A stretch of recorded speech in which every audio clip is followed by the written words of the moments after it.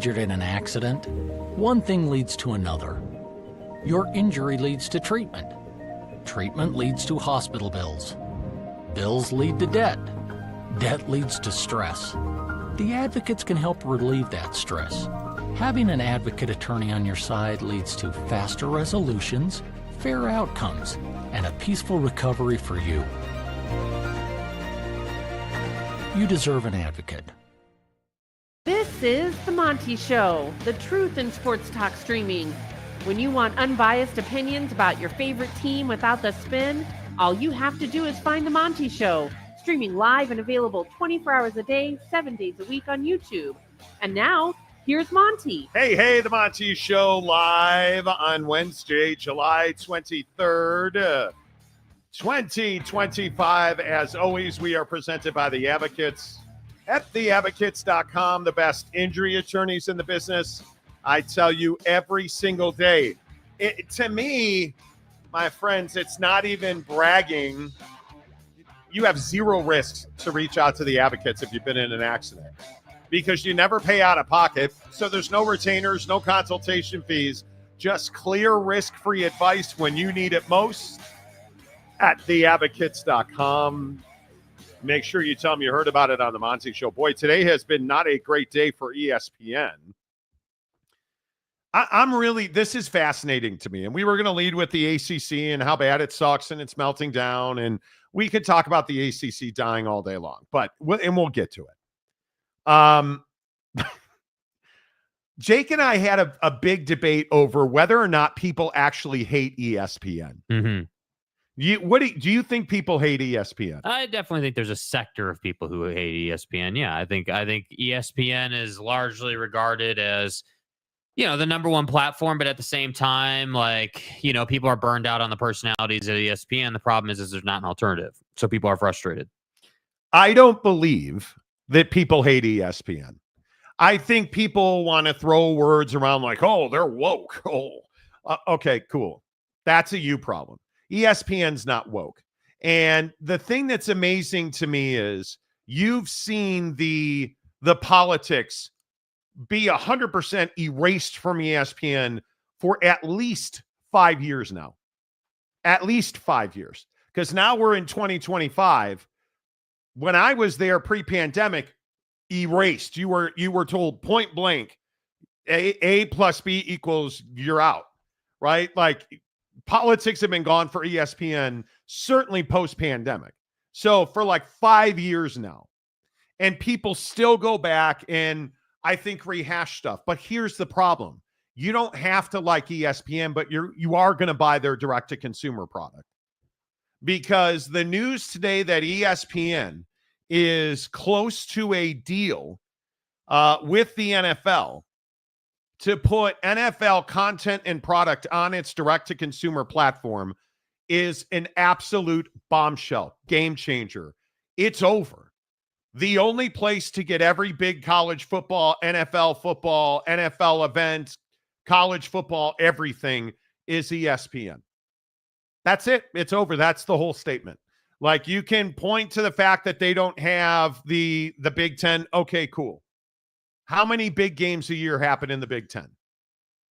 Maybe one right now. And maybe they get bigger. But if it's a national championship game, if it's a national championship playoff game, just about every bowl game, all of it is on ESPN. The Combine, 99% of that content's going to be on ESPN through their partnership with the NFL Network.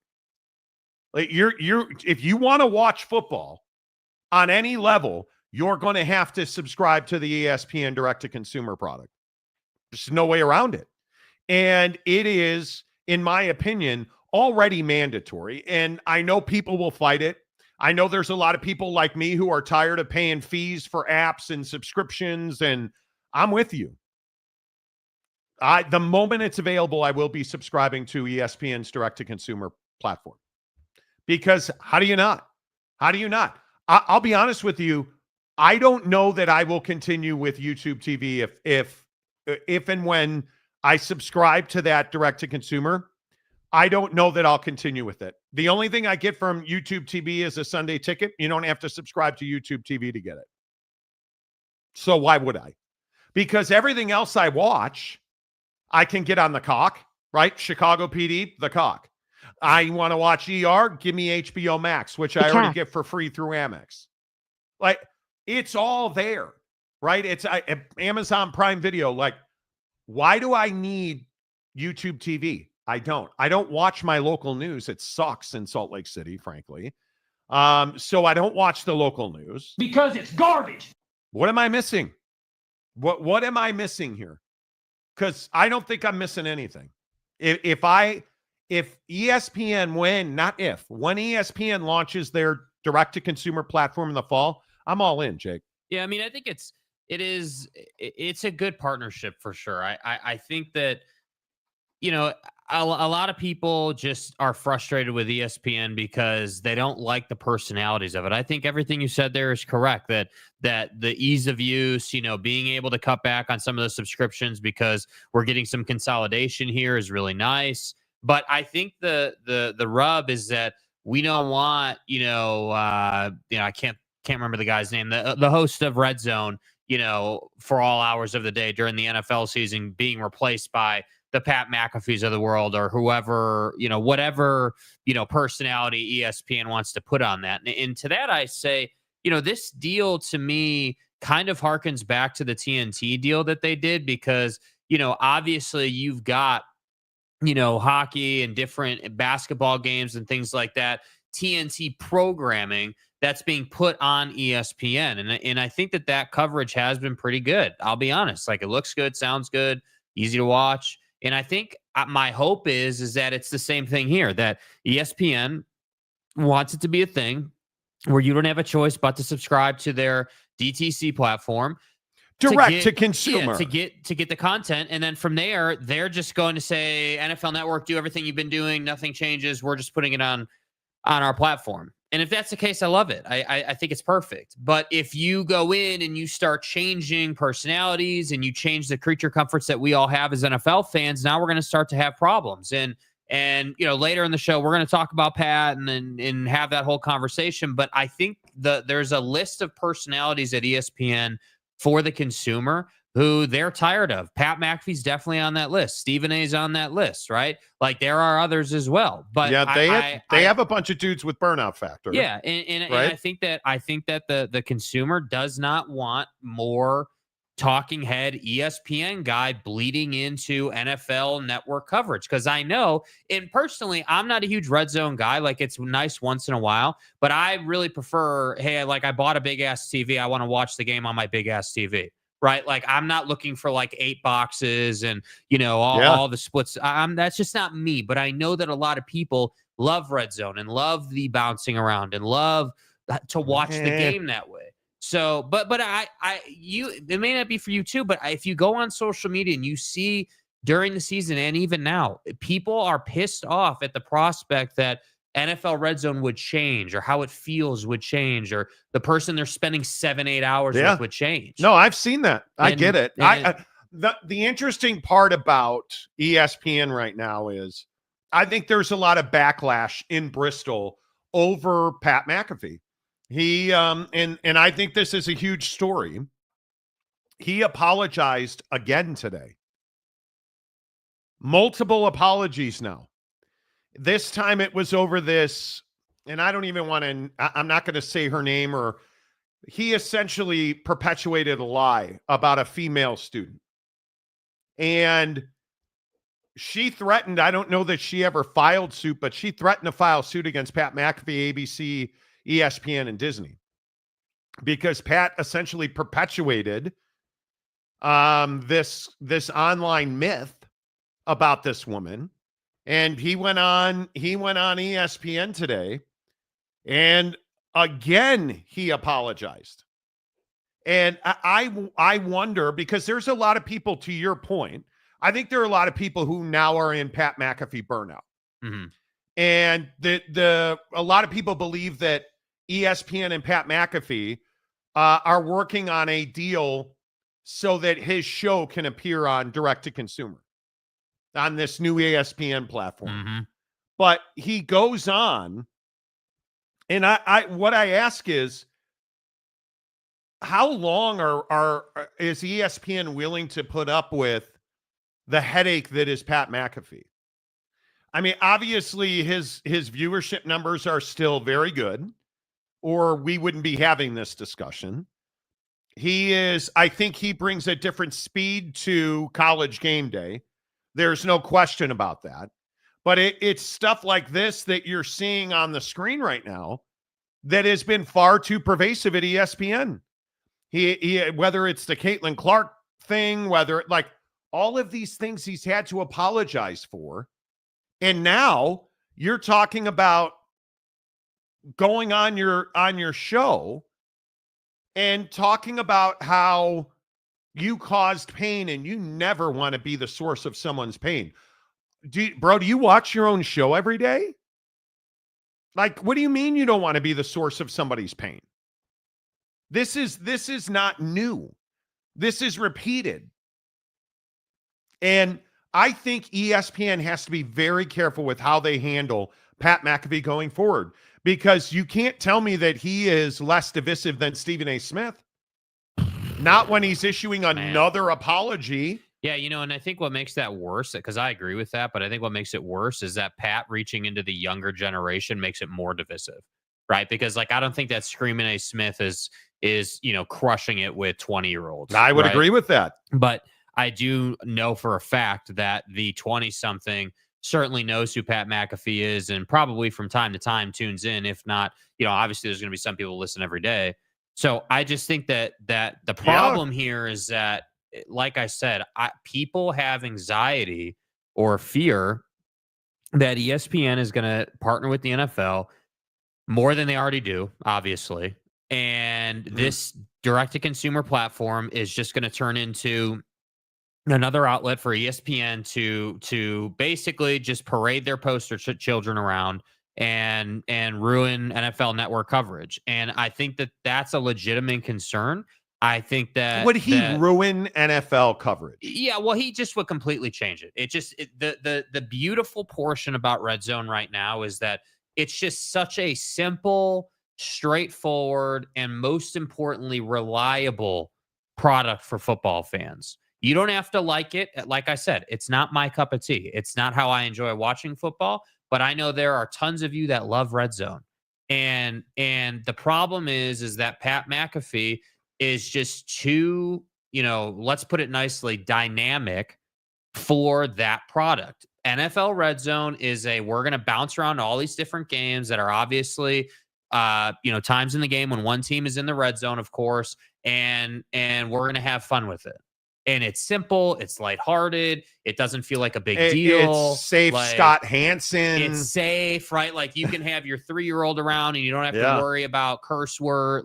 So I get it. I understand it. But I guess I don't necessarily believe that ESPN's in it to change Red Zone. I think ESPN is just in it to bolster this platform, but overall to bolster ESPN, because yes, they've got obviously Monday Night Football, but they want more.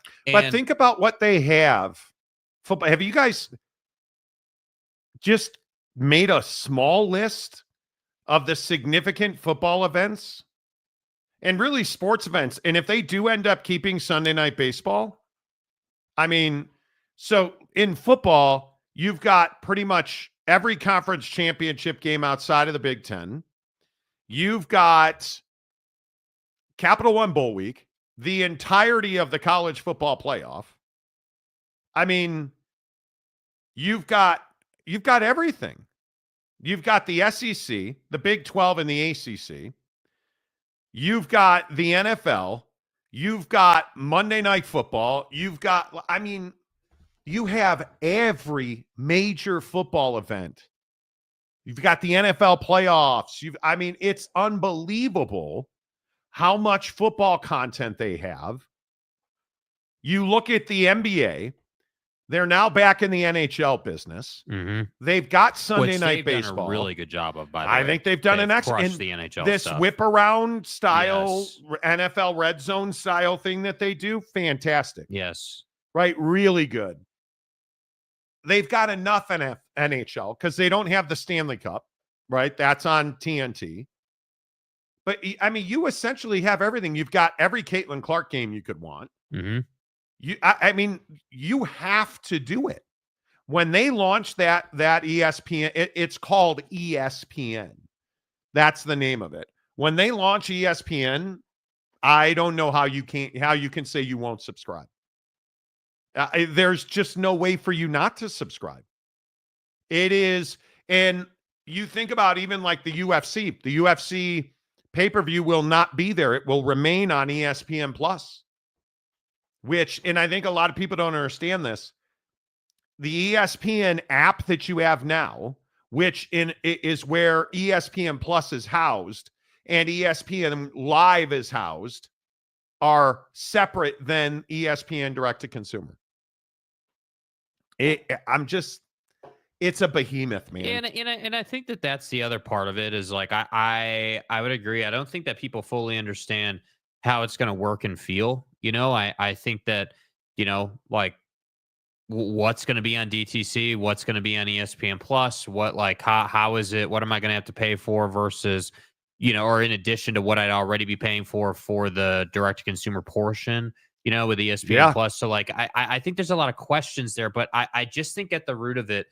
Dude, we as sports fans look forward to the NFL season all year long. And obviously, we talk a ton of college football on this show, but the NFL is really what I look forward to. I look forward to we'll get to it obviously at some point, but the week 1 matchups this year in college football are incredible. Yep. But which is different than week 0. Oddly enough. But the point is that I just think that people don't want football to be messed with. And I think ESPN would be well served if they get this deal done to not change anything, but just add it and let it be what it is, because it's already really good. It does not need upgrading. Yeah, and now Rich Eisen is on ESPN Radio, which was also a big get, 12-3. That's So Rich Eisen, now one of the voices of NFL Network, is now on ESPN Radio. I mean, the relationship between ESPN and the NFL is only going to expand. And so in the comment section, do you think you will subscribe to ESPN, their direct-to-consumer platform? I have no doubt I will. I don't see how you don't. I can watch it on my phone, my iPad Pro, which is essentially my laptop. I don't even carry a laptop anymore because I have an iPad Pro.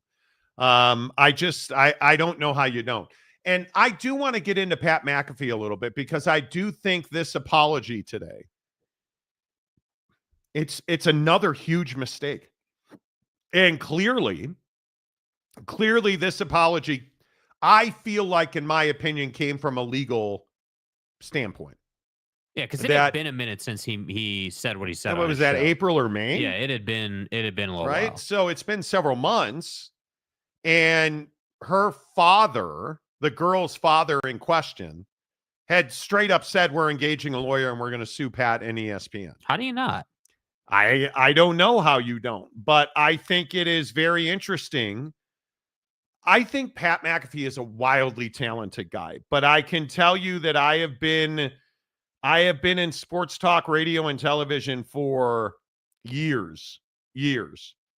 And it just is, it's almost like the cycle of life where the biggest sports talk guy is a real pain in the ass. And Pat McAfee feels like a real pain in the ass. He feels like a guy who doesn't like to admit he made a mistake, because you look at this situation with the old Miss gal, immediately Barstool, who picked up that story, I believe, right away, mea culpa'd it. Yeah, and then Dave goes on this thing where he talks about how they used that situation to up the editorial standard at Barstool. So your rival or competitor at a minimum is using this against you without explicitly saying that, which I think everybody can see that. And that's the hard part. Yeah, I think it is. I think it's hugely problematic. And I just, the thing is, without like diving deep into the story itself, like the thing that bothers me is this is a mistake that Pat has made many times now. right? I mean, it's totally self-inflicted. Yeah, it's totally self-inflicted. And it comes from this bro culture on the show. Like, you want to roll up to a nationally syndicated sports talk show and a show that has millions of viewers on YouTube every day, and you want to say some dumb stuff because you're not prepared and you saw this story and somehow you were attracted to it and thought it was funny. And it turns out it was factually just not true. And now you're in trouble. And now it appears as if you were forced to give an apology based on threats of being sued. And so that's why I say, and apologize to her dad, not even to the gal. You'll notice in the text, I'm very thankful for the opportunity to let Mr. Cornett know that I was wildly regretful for the part that our show played in his daughter, I'm not going to say her name, pain. Like, I am amazed. I am amazed that you just won't say, yeah, I screwed this up. I'm sorry. And I understand you apologized, but why did you apologize? Because this is, what is it? The date of this is April 1st, 2025. So 3-4 months ago now, and we're just getting around to an apology, which is crazy to me. I think Pat is wildly talented, but he, in my opinion, he's that guy that your phone's going to ring in the morning and you're going to be like, oh God, what did we do now? You're just waiting for the next bomb to go off, dude. And again, I can take his show. I watched his show for about 5 minutes today. He had Kyle Busch, the NASCAR driver, co-hosting the show. Out. I'm not interested in NASCAR on the day that most training camps open. Right. And yet I flip on Jim Rome today, and not because it's the Chicago Bears, but he's talking NFL. He's talking about the Chicago Bears. Right. I flip on sports radio in Cleveland, and they're all going crazy over this new Browns uniform. Mm-hmm. They're talking NFL. I turn on 710 ESPN in Los Angeles. They're talking Dodgers. Dodgers are playing. Shohei hit another home run. Boom, right on target. Understandable. Flip on the score in Chicago. And what do I get? Chicago Bears talk. Because I get leading into the Chicago Cubs game. Yeah, because the thing is, for sports talk, it is football season now. I mean, technically, yes. for anybody who, I mean, even for us, like, we have a little more flexibility because we're our own thing. And so, obviously, there's a couple weeks till games start and all that. But, like, we're definitely right there now with NFL camps opening and everything into football season getting going. And I think that's the part that bothers me. Like, I like, one of my biggest problems with Jim Rome's show is that and I commend him for his consistency. He deserves a lot of respect for it. But the idea that it's 3 hours, on stream and on the radio, and every one of those shows essentially has two guests every single time, and to the point to where, most of the time I tune out while you're doing that interview unless it's somebody that I resonate with. Like, that consistency is commendable. I can respect that. But, the thing I always say about Rome's show is it's reliable. You know what you're going to get, and you know that he's not going to fumble. And the problem with Pat is that Pat's such a try-hard guy, in my opinion, with the way he does his show, that he fumbles regularly. He tries too hard to be the guy that's always in the news. And so what you get is this product where it feels like if you had no idea that Pat McAfee played in the NFL, and like, if this was just another guy, if he didn't have that name recognition with someone, how long would they actually listen? Like, that's has always been my question. So I guess I'm not saying he sucks. What I'm saying is that because he doesn't suck. He doesn't suck. He just isn't. He's just not for me. Like, and that doesn't mean that, like, maybe I'm in the minority, but I can't believe the guy makes as many mistakes as he does. Like, as someone who does a show, it's not that hard. And when you get the caliber of guests that they get the biggest names in sports all the time. The biggest names constantly. And how many times has the dude been in the news for things said on his show that he hasn't had to apologize for, but are highly controversial? Like, too many. like countless times. Yeah, I don't think. Now, again, I've been doing this for my entire adult life. I just don't think sports talk is that difficult. I think it is very formulaic. I think it's very rhythmic. When you're doing a show every day, you understand what you need.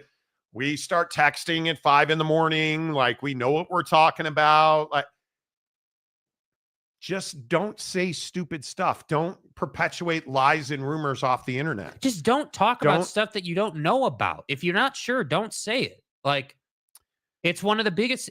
I would argue it is the cardinal sin of the industry. If you're about to say something and you're not sure if it's true or not, don't say it. Like, say, yeah, I'm not sure. I don't know. But like, what Pat is in trouble here for, and I want to make this really clear, he perpetuated an online rumor about a gal at Ole Miss, and he played a role. It wasn't him singularly, but he played a role. And what was the story about? Sex, hot women in college, and every guy in the world jumped on it. And it buried this gal. It ruined her life. And I just think when you supposedly say, oh, well, I don't want to play a part in anybody's pain, then why did you bring the story up in the first place?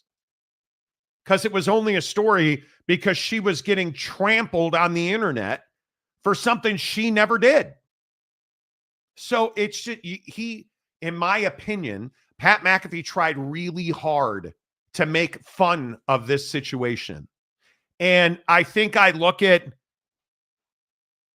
when has he? Yes, he was not liable in the Brett Favre suit. Or Pat doesn't always make mistakes, but it feels like the mistakes he makes are huge. Yeah, using that word with Caitlin Clark, this situation with this woman, like, they're big mistakes, and you can't overcome that mistake time and time again. And I look at ESPN, and the question I ask again is, what is ESPN trying to do with sports talk? Because you can't tell me they're trying to be compelling, and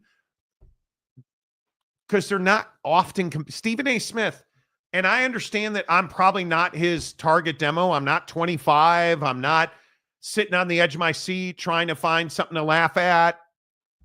Stephen A. Smith is not compelling to me. ESPN radio is not compelling to me.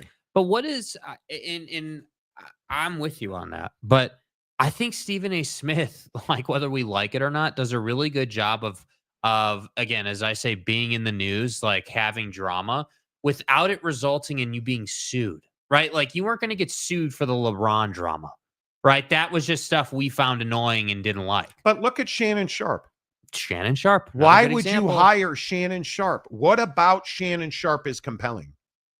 Because I don't even think this girl, and did you guys see that Shannon Sharp settled with that woman? Mm-hmm. Settled. And then she made an announcement, I've closed my OnlyFans account.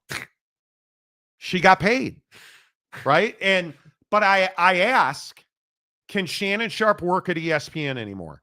The answer is no, and he should have never been there in the first place because he wasn't entertaining.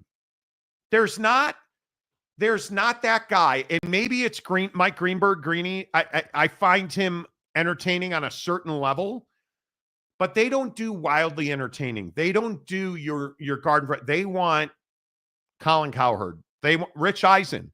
Rich Eisen is paint drying. But he's an NFL name that everybody knows, so they're going to put him on, which is what I think, to your point, what Pat McAfee is. He is wild. He's out there. He's eccentric. The 19-year-old kid is going to love him. But at some point, you got to be able to talk about something other than football. Mm-hmm.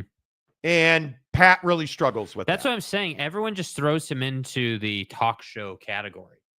But I actually don't think that's what he really does. I think that the guy actually just shows up with his friends and his colleagues, and I'm assuming that most of his staff comes up with the topics, and he's not doing a ton of legwork because it's rare, in my opinion, that he's educated about the things he's talking about. I would agree. And the hard part is that that's how you get burned on some of this stuff. Like Pat's the guy that does the show, and then we'll go and do whatever else he's going to do after he leaves for the day, looks at Twitter, like just kind of keeps up with it. You know, they probably text about stuff. And then, you know, he gets in trouble when he starts talking about things he doesn't know about. And that he saw on Twitter, but hasn't substantiated. And I just think that this is the problem for ESPN, man. Like, you brought on the guy that was the media darling at one point, but had no vision of, well, what does signing him to ESPN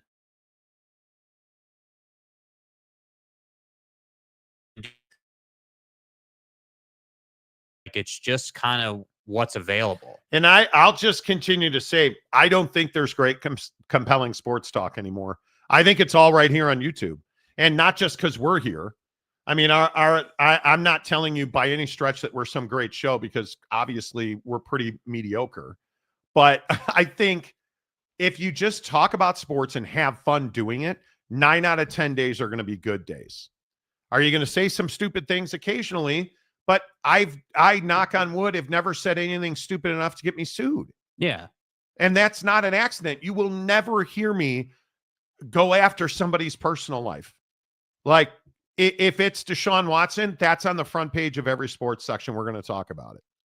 If it is Pat McAfee, if it is, but when there's an internet rumor that a girl did this with a bunch of dudes and an older guy, and we don't know what happened there. We're not going to delve into that, right? Like, it's wild to me. So, all right, enough of us, more of you. Where are you guys at on ESPN? Are you a fan of ESPN? A. B, straight up, are you going to subscribe to ESPN's direct-to-consumer product? Knowing that now the breaking story today is that ESPN and the NFL are very close on a content deal for ESPN's direct-to-consumer platform.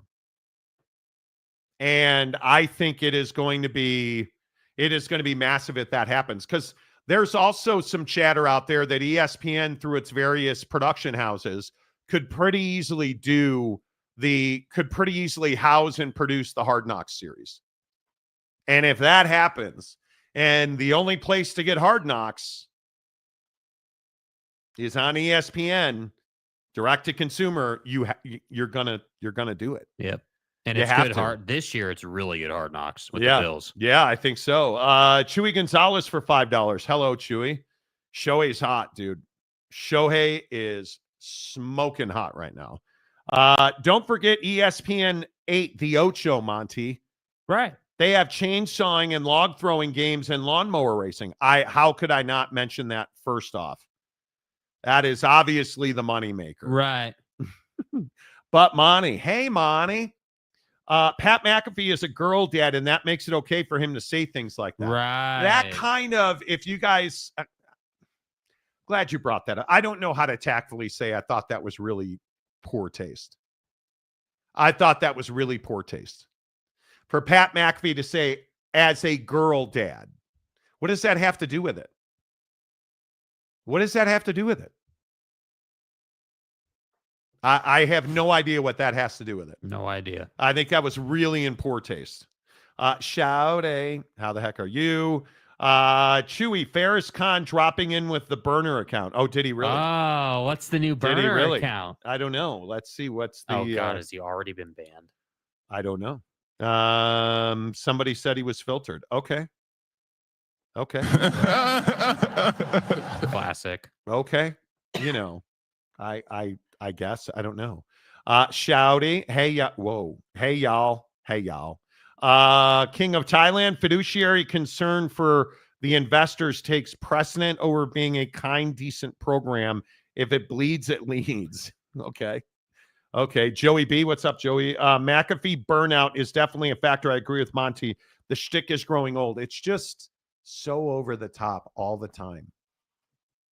And it's here in Utah, people like Pat McAfee because he quite literally knee pads the owner of the Jazz and the woolly mammoths. Mm-hmm. Tusks up and stuff. Right.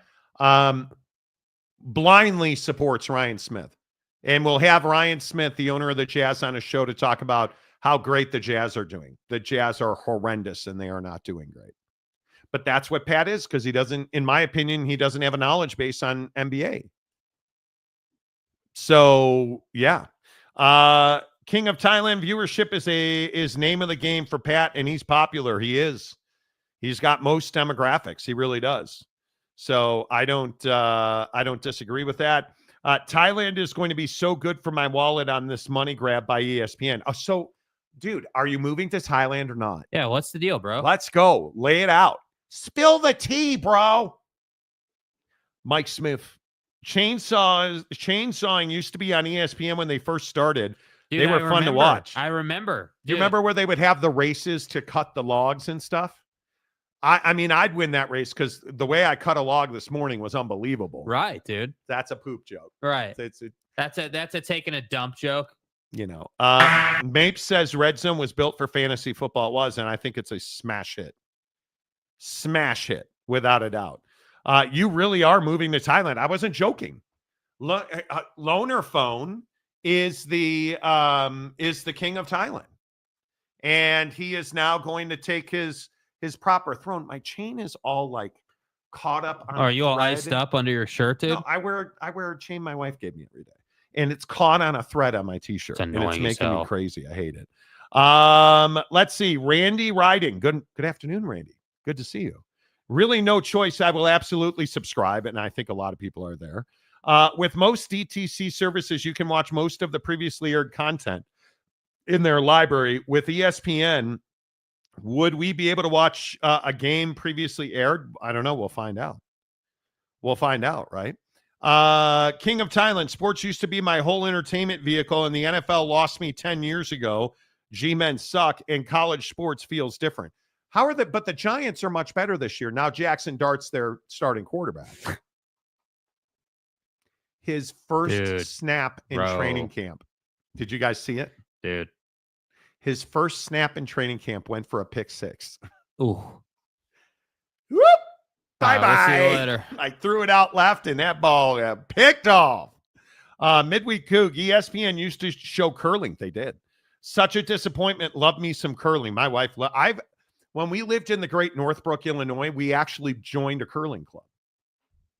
And we did some curling. I'm not even joking. Would still watch Pat over Screaming A and Skip. Well, that's not saying much, is Skip though. working? No. I don't think he is. He has his own thing that he's doing, but he's not. Yeah, I would never watch Skip Bayless again, ever. Kurt Myers, hello. Midweek Coug, hello. Skip needs to ride into the sunset. Yeah, I don't see any doubt about that. But Monty, I would love to see the Monty Show do a simulcast with ESPN and YouTube, just because the masses need the truth in sports talk without the spin. Hey, man. I don't know, though. What the problem for us is we make too much money doing other things. Right. I'm telling, there's going to be a day where you guys, and I hope this happens. What time? Oh, it's 2 o'clock. Oh, it's 5 o'clock. I got a Monty Show starting, and it won't be there. And then the next day, and the next day, and the next day, and it won't be there. Like, let me check them out on Twitter. Yeah, it won't be there. What now? Let me tell you what now. There's going to come a day. Yeah. I'm telling you. It is the problem with working in a place and having worked at ESPN. I can tell you, you're just a number. You're just a number there, unless you are the chosen one. And like with ESPN Radio, they haven't had a star in I don't know how long. There are no chosen ones. You don't like it just is.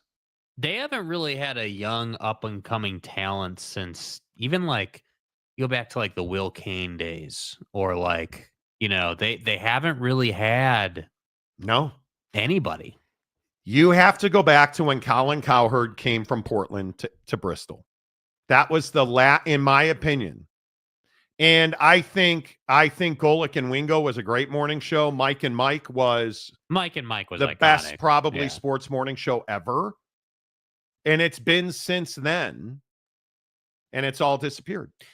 It's interesting too. Like when I was growing up, like you could always just flip on Sirius and like the Mike and Mikes of the world were on, or like you could kind of rely on ESPN National to always give you something on the radio side. And it's just not the case anymore. And what's really difficult, and this is something that doesn't cross my radar so much because I just don't think about it anymore, but, not having to being in a place where you don't have like a traditional commute per se every single day, or like, you're not in that. I hate to say in our life, yeah. we have to go look for it. Yeah, like We I don't gotta go fall, find it. we don't just happen to be in the car. Let me flip on the radio. And the hard part is I think unless you're a sports fan and you are intentional about it, you're not just going to fall into it anymore because of the smartphone. That's the problem. I think sports talk has to be compelling, and it's very rarely that it is. And so then you wind up, doing the whole thing where like you have your one-off golf content, or like maybe, you're you're just going on YouTube and finding something that'll entertain you because there's nothing in sports talk that really is doing it for you, which is what I think the industry is just being suffocated by. Yeah. Yeah. Loner phone. I watch this show because interactive podcasts really work and fills a void. Every dude I know has an opinion. This show allows that. And I want you to. And I always tell you, as long as you're not attacking people and name calling people, you can say whatever you want. And you figure out how to work Venmo, which you have, to your credit. Midweek Coug, Monty cannot be controlled by ESPN. I loved my time. I only left ESPN because when the pandemic hit, the radio folk, they don't invest in radio almost at all. Let me ask you this. How did your opinion of ESPN changed after you worked there? Like, did you view it any differently? Did working there give you like a different perspective on how things work? Yeah, because I think I'm somebody, and you guys will probably think I'm self-glossing or aggrandizing. I'm not. I am a big believer in reading everything I can read about something before I talk about it. I am a big believer in data. When you work at ESPN, they give you all of that. They do not want you talking off the top of your head. They want smart, down the middle sports talk radio. So the amazing part is how much preparation goes into every word that's spoken on that network.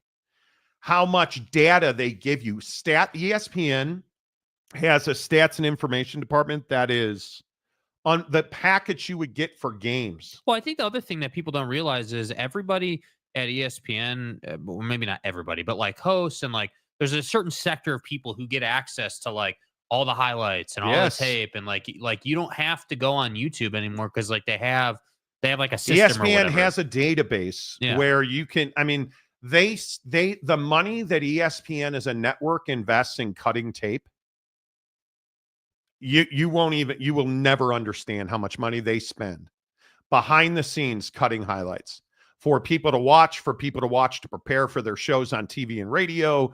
Like you can quite literally go into their tape vault and watch every snap of every game from 5 different angles. And when we sit here and we talk about, hey, I watched this, or what I've learned over my career is I don't watch sports the same way you do. Yeah. I'm looking at other things. Like we argue over this all the time. Uh-huh. I'm not watching a baseball game the way you guys watch a baseball game. I'm looking at what this guy's doing, how he's calling a pitch, what he's doing with his glove. In football, I'm not watching every sports fan will watch the quarterback. That's not how if you want to learn how to watch a football game so you can talk about your team, watch anything but the quarterback because the quarterback's lying to you. So you can't trust what you're seeing. What you need to be watching is, hey, what are the right guard? What's the right tackle and the left guard doing to communicate with each other? Because they're going to pull around, and the right guard and the left tackle, or the left guard and the right tackle, are going to work together on a pull, or like you learn how to watch the inner workings on the line. You learn how to understand communication that's nonverbal, and you wouldn't even understand that two guys are communicating with each other. Like if you watch the secondary and you watch the middle linebacker or the Mike on defense, he is looking at the quarterback and communicating with the safety at the same time. And you don't even recognize that because you think he's just in his stance. What do you guys ever watch? You ever watch like a Fred Warner, the linebacker for the 49ers? Depending on where Fred Warner puts his hands at setup, depending on in the middle of a snap count with a quarterback, if Fred Warner or other linebackers do it too, if they adjust their helmet, you're like, you don't even, that doesn't register to you. There are no accidental movements by a Mike linebacker, as an example. So that's what you learn. And when you go watch tape or you get stat packs that are like this for every game, Hey, what did he do on 3rd and 3? Every time it was 3rd and less than 4 yards, what did Caleb Williams default to? And they'll tell you exactly, so that when their guys calling Caleb Williams' game on Monday Night Football, he's like, oh, it's less than 3rd and 3. Oh, that's right. He's going to probably roll to his left and go to one of these 2 route combinations. Because that's what he defaults. That's how you watch football. Anyway, Yeah. So the thing you get at ESPN is you're never talking off the top of your head. You're always prepared. And if you're not, you won't be there because you cannot keep up. You cannot keep up. And the other great thing is when you go to Bristol and you do a radio show, you're sitting in a room with probably 50 TVs and everything is on. You will never miss a play or a pitch. It's remarkable. Oh, look at that. Kay Sumbry. Hey, Kay. Said it. Said it. Shannon was always trying to settle. Well, I would agree with that. Does Shannon Sharp ever work again? I don't think he will. Yeah, I don't know. I mean, I think that whole situation, like the tapes that came out, like it didn't help him, obviously. No. And I think that his show with Ocho Cinco is funny from time to time. They have some clips that go viral occasionally. Mm-hmm. Prime goes on that show every once in a while. So I think that's probably where you're going to see Shannon because he does have a reasonable following there.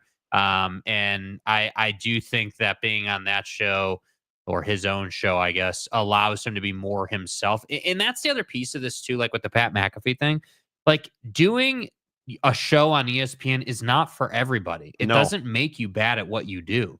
Like if your show, like if you thrive in an environment where you can curse and have fun and just making it like just more chill, like that's fine.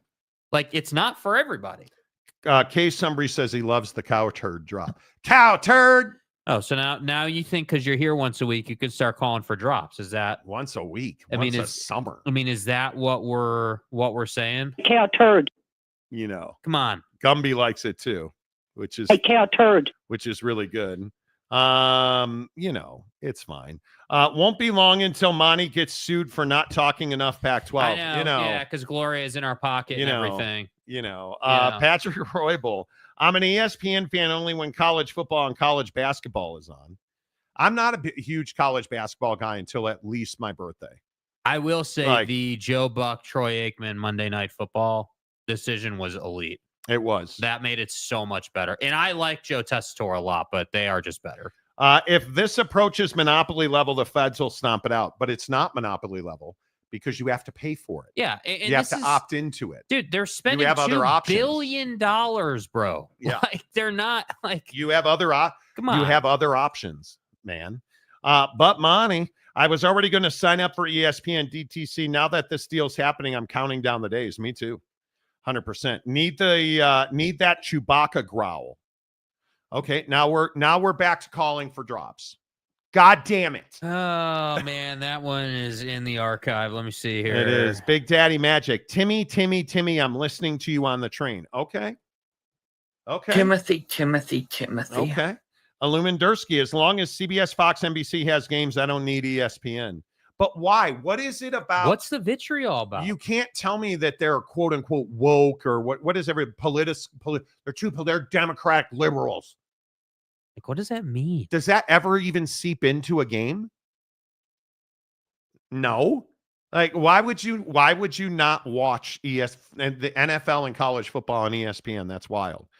There's sports coverage in Sports Center I watch, but the shows in Sports Talk hasn't interested me for some time. Totally agree. Yeah, and I agree with you. You said this the other day. It might have been yesterday, actually, about them reinvesting in Sports Center. I really hope they do, man. I miss the days of great Sports Center. Scott Van Pelt I think live sports and Scott Van Pelt is what I watch on ESPN. And it's unfortunate that Sports Center has become an afterthought because it's dreadful. It is dreadful. We used to have it on in the studio every morning when we were doing morning shows, and it was just dreadful. Terrible. We would always be like, damn, this particular person is terrible at this. And you don't want to watch it. It's brutal. Roybal says, I'm an ESPN fan. Okay, I read that one. Mr. Preston, my wife might kill me if I had another subscription. Apparently, I have too many already. Right. I'm kind of in the same boat. Yeah, I am kind of in the same boat. You know, it's But I guess I just rough. don't understand the emotions around ESPN. Like I get being frustrated if they were to change red zone somehow, or, you know, manipulate it, or, you know, whatever, make it different. But like, there are some people out there who just like hate ESPN overall and just won't do it. Like they just won't at all, ever. or can't say like, hey, ESPN has good product, and like, you know, we're like they have what I want, so I'm going to sign up. You would rather struggle to find the programming and not watch, or only watch when it's free to you. Can you imagine yourself not subscribing to it? I mean, probably not. No. I mean, you know, you just said, you know, 10 minutes ago, there's a day where the show won't be on. If you know, whenever that day comes, then I may consider it, just depending on how much I enjoy it. But yeah, while we're doing a show and while we got to have an opinion, you know, yeah. I mean, I'm going to be all over it. If it's a thing where, you know, if it's a thing where I feel like I'm missing stuff because I don't have it, then yeah, I'll probably do it. But I do agree. Your point about the Sunday ticket is well taken. I mean, if it's a situation where I can get all the games inside of that, then yeah, I'm not going to subscribe to YouTube TV or continue to. I'll go the ESPN DTC route. Yeah, which I think is a very legitimate option if they can create that. Yep.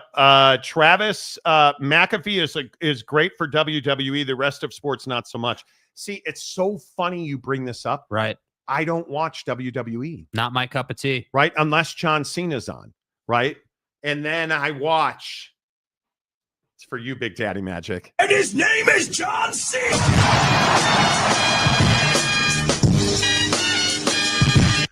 Big Daddy Magic just derailed that train. I do not watch wrestling. So I have no vision. But Travis, is that so? That's what you know Pat for, is WWE. You don't know him for his talk show. Yeah. Monty Turd Cutter Talk. You know, there you go. Okay. What's it like when you Loner Phone is the king of Thailand, lady boys. Okay. Like button casuals. Yes, please hit the like button. We have 7,000 people watching the show. Please hit the like button. If you're watching on X, please come over to YouTube. It's YouTube link is up in my bio. Click that link. Come on over to YouTube. Hit subscribe. Give us a like. It really helps the channel grow. And if you don't, can you please retweet the show on X? Please? Yeah, just hit retweet, hit like, give us a heart, give us a follow. Really help us grow the channel. It would be great by the end of this year to get to 200,000 subscribers on YouTube. Yeah, we got to talk about Mr. Elon today later in the show. Why do you say?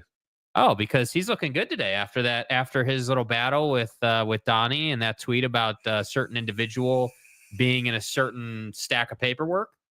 That tweet's looking real nice today, isn't it? So, you know. Yeah, the Wall Street Journal.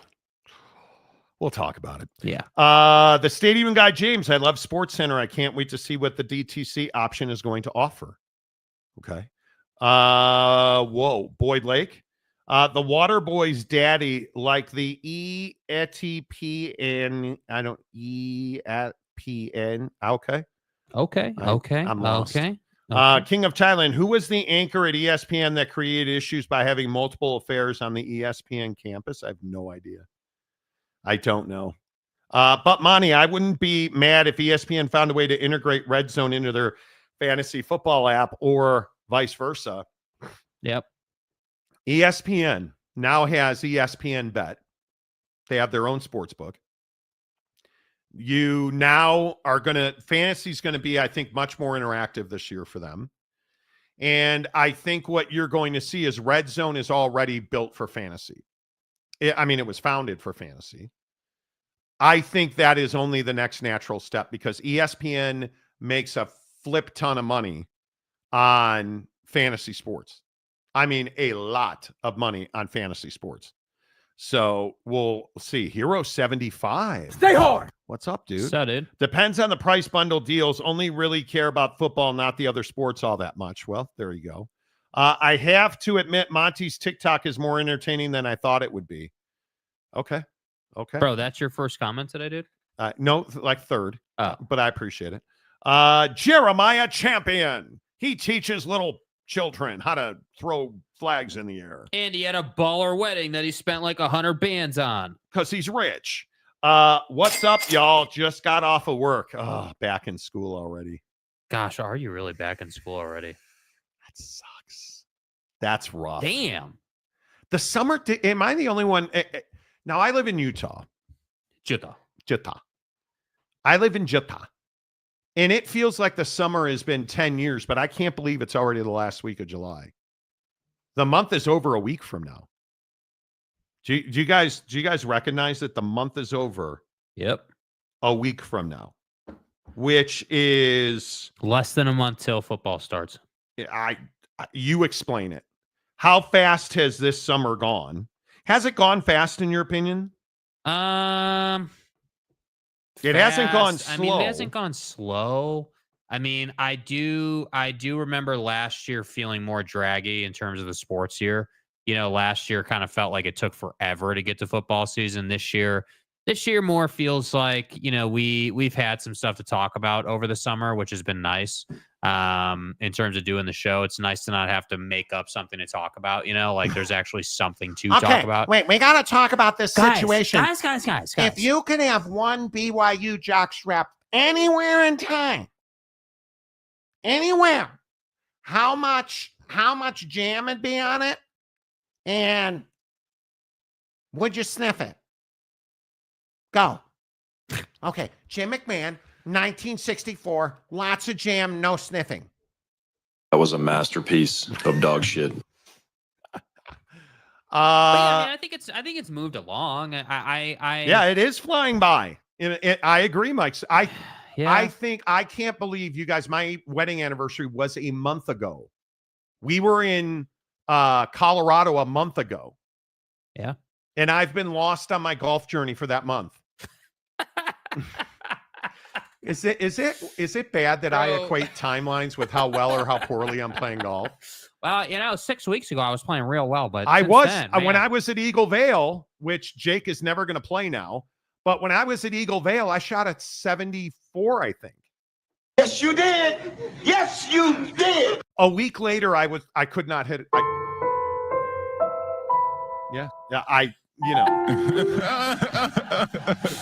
That's my life right now. Nightmare says the summer went by super quick, in my opinion, but ready for the core sports to be back. You're not. You want the summer to go on forever, or at least until Scott Frost quits, because you guys are going to suck. And I am amazed. Why Scott Frost at UCF? Yeah. Welcome to the Nightmares. Like, yeah, let's keep talking NFL. Yeah, can we move on? Let's get into the Bucks. Football, bro. Let's get into the Bucks. Right? I mean, good Lord. Chewy Gonzalez. Summer in Utah this year hasn't been as hot as last year. Highest it's been is 101 for 1 or 2 days. Bro. Yeah, you know the problem, it doesn't rain here. Yeah, my opinion on this has definitely changed over the years living in Salt Lake. I do feel like the summer in Salt Lake is definitely trending towards like a Phoenix light summer, meaning it's super dry, there's no rain, no thunderstorms, no nothing. And you're not going to see, to your point, Chewy, you're not going to see like 115 in Salt Lake. No. But you know, you're going to be high 90s regularly, and you know, it's going to be hot. And I understand that that's summer, but I remember, you know, the first time I lived in Salt Lake, probably 10 years ago now, you would get thunderstorms pretty regularly. You would get, you know, when we lived on the East Bench. So just so you guys know, Salt Lake is in a valley. The East Bench is where all the weather happens. It is like 13 feet of the valley. Like literally, if it rains or snows, it's within this 13-foot section. Right. And that's where my house is. My dream home that my wife did not force me to sell. We sold that house for $345,000. It's worth almost $900 today. Thank you. The East Bench, the east side of the valley, gets all the rain, all the snow, thunderstorms. We used to sit on our porch when we lived in this little city of Sandy, Utah, and we would watch the thunderstorms roll over the mountains. It was amazing. We don't get that anymore. And it's a bummer. It really is. Well, it's band camp. Teachers officially come back August 5th, kind of the week after. Kids the week after. I'm just not ready for Jimmy the asshole kid walking into your classroom every day. But you know what I am ready for? I'm ready for nice, cool weather. I'm ready to get the hoodies back out. And the next, Me too. Like I want to play golf in a quarter zip. Yeah, like I want that nice, cooler weather, a little breezy. Like I'm ready to start seeing some color on the leaves, like that type of deal. Mike Smith, coming up on my 29th anniversary, on the 29th, 30 years with the lady. Congrats, bro. That's incredible, man. Like it is. I can tell you, Mrs. Monty and I have been together since 1998. So 27 years? We've been married 24 years. Our 25th wedding anniversary is next year. And we're trying to figure out, we're probably going to do it in Maui. We got a great deal on what we call a bounce back. Yeah. You pay $1,000 and you get 5 or 6 nights and 7 days in Maui for $1,000. You got to get there, but I'm looking forward to it. And we own with Weston and but I'm looking forward to it. Yeah. Congratulations. Sad face. Well, what happened to your membership, bruh? I'm glad it's gone by. It's been terrible for me. Not a lot of work. What do you do for work? What do you do for work, dude? Work has been tough in this country. No doubt. Sunbury, Monty, what's your over-under on Oak State? I mean, I think a realistic touchdowns over-under, for the season, like 3. I really think their win total over-under is 5. Honestly. No, I think it's 4. You really think it's 4? Yeah. Because Sunbury, I'm not trying to be a jerk. You're not better. You are not like, is Hoss Hengy, and I'm being serious. Stay hard. I understand James is about to blow a gasket in the rectory. Can you honestly tell me that Hoss Hengy is an upgrade from what you had last year? That's what fucking ticks me to fuck off. Because I got into this argument with a bunch of Oak State fans on Twitter one lonely evening. Hi, this is James. Welcome back. I was barreling my way through my 21 times a month, and I hit the goal. So I was like, let me masochism and get on Twitter. Right. If I said to you that Hoss Hengy will throw for 2,400 yards and 16 touchdowns, would you be okay with that? I think you probably would. Would you be okay if I said he'll throw for 3,400 yards and 15 touchdowns? No, that's not enough. Well, that's Alan Bowman's numbers over the last 2 years. Well, the yardage is fine depending on what else you do, but the touchdowns is not fine. And the interceptions were a problem. There's no doubt. Yeah, that's way too light on touchdowns. The problem is you don't have any idea what you have in Hoss Hengy at Oak State. And I just will continue to roll this out. Mike Gundy's a fraud. He's lied to you, and you've eaten it up. Not you, Kay Sunbury. I don't know what your life is like outside of the show. Yeah. But you have guys like Oak State James who call him a legend, and he's the greatest all time, and he's a fraud. A legend of what? I'm asking seriously. A legend of what? I don't know either. How are you supposedly the greatest quarterback that university's ever seen, and you haven't had a quarterback in how many years? What happened to Zane Flores? He was supposed to be amazing. Alan Bowman's going to do nothing. Why would I assume a guy with 0 college football experience in Hoss Hengy is going to come in and be different? Well, because Mike Gundy doesn't portal, and he's recruited at a very low level here. Couple of wins, but does Mike Gundy develop guys? Did you lose your best defensive player last year? Do you have wide receiver? That's why I feel like it is. Yeah. That's why I feel the way I do. Mike Smith, a good teacher makes a world of difference. Yes, it does. Yes, they do. I just wanted to be the teacher I didn't have in high school. Yeah, totally get it. I think it is a very difficult job. It is a very, very difficult job. Very difficult. All right. The stupid Oak State James comment of the day. Mike Gundy is okay for now. Exactly right. Exactly right. Oh, we haven't been relevant in how many years? We'll just keep him here. He's got a cool haircut. Let's keep him. Oh, he took a pay cut. Let's keep him. Doesn't really portal. That's okay. Let's keep him. Doesn't really recruit. That's okay. Let's keep him. Do you think Ollie Gordon thinks he's okay? If they don't go to a bowl game, he needs to go. Yeah, because I know for me, winning 6 games is really good for nobody. If Marcus Freeman won 6 games, I'm pretty certain he'd have one more year and then he'd be out. And yet here you are after a winless season in conference saying, he's just got to go to a bowl game. Me and Mrs. Rectory need to go on a road trip. So as long as we get to stop at a couple of different Buc-ee's, I'm good. Like, do you hear yourself? What are you doing? Wasikowski, Michigan landing the top corner in the country. Who cares? Why do I care? What is it I'm supposed to? Is that supposed to be some great achievement? Or like what? So another parent got fooled by the scumbags in Ann Arbor, and I'm supposed to care.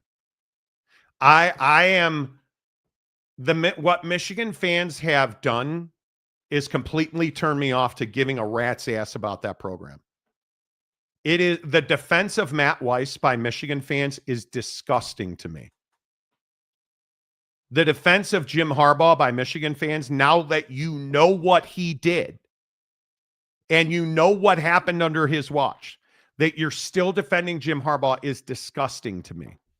And I'm all for it, Eric. I love you on the show. You're one of the regulars here, and I appreciate you for it. But it's really hard for me to want to talk Michigan football. Yeah. It is really difficult for me. Chewy for $5. Monte, I heard a rumor that Oak State James Uglyax wants to have CNEX with you. Don't pull a McAfee. Bro, I don't go to Walmart, so it ain't gonna happen. It ain't gonna happen. And if James is kicking that to the curb, well, she had an affair at the Walmart. But she's a manager now. So. Didn't James say that she had an affair? At Walmart. Yeah. What, right? No, man. Come on. You lie down with dogs, you get fleas. Sad Face became a YouTube member. My guy, did it all start because we beat your ass in football? Is that what happened? Come on now. This is Roche, right? Come on. Yeah. Jeremiah Champion, 5 more Saturdays without college ball. That's what I'm talking about. Okay, Timothy O'Hara, not sure how that happened. Randy Riding, James, if making a bowl game is the goal, the program has already lost. Yep. Ding. Yep. Ding, ding, ding. Jeremiah Champion, Jim moved on, so should Michigan fans. Why Michigan fans are still defending him, I will never understand it. I do understand it. If you don't defend Jim Harbaugh, it invalidates your championship, which is already invalidated. But James, compared to last year, going from 3-9 to 6-6 is an improvement. Okay. Did your insider on the sideline with the microphone tell you that? James, you predicted 8 wins, sir. That's kind of what I thought too. I'm still having nightmares of Neil Brown. Again, one of the greatest moments of my Mike Smith fandom was when Jake and I were in Vegas last year. And we had West Virginia fans on the elevator with us. And I asked him, does Neil Brown need fired? And she said, I don't want to talk about Neil Brown. Don't you bring that name up to me, boy. Like she didn't want to hear about it. It's one of the greatest answers I've ever gotten. I'm excited for just CLA. Get to see how Devin Dampier plays against the P4 team. I'm excited for Texas Tech and Utah. It's a game we deserve. That could be the biggest game of the year in the Big 12. Not Ferris Khan crazy, never defended those two. Well, I hope that's true. I said if they can upset Baylor. bro. Do you think Jesus would have smoked this much acid or ayahuasca? Or his dad. Or his father? Do you think Jesus or his dad would have drank this much ayahuasca to make statements? In God's name, image, and likeness. I mean, it's probably ayahuasca. Do you think Jesus Christ or his father would have dropped this much acid to say the hallucinogenic type shit that you say on this show about Oak State? Bruh. Like, do you think, I'm serious, do you think God would have looked at Mike Gundy and said, put Mike Gundy on the ark? Do you think if God and his only son, Jesus Christ, had dropped, because how many tablets you got under your tongue right now? Like 5 or 6, right? There's some wild shit going on right now. Do you think they would have, I mean, honest to God, let me ask you this. Do you think if they were on acid, God and his only son, Jesus Christ, they wouldn't have put porcupines on the ark? No, nobody wants fucking porcupines. But they were high on acid. And that's how Mike Gundy got on the ark. So you're saying that Mike Gundy replaced porcupines on the roster? Tell me I'm wrong. Tell me I'm wrong. You know, okay. James over here being reincarnated right now as a meth raccoon. You know, I mean, yeah, boy. You know, I just,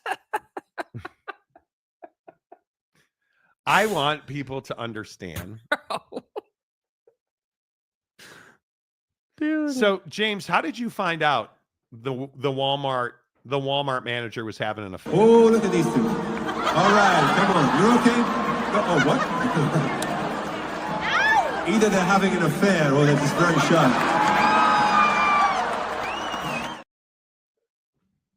Here I am. Was it something like that? Or just something totally different? Every day, Oak State James delivers for this show. If you are going to rib me, get it right. My daughter said that I look like Mr. Bean. You have a daughter? Now you have a daughter? Bro. Okay, now we've got a whole other conversation. Bro.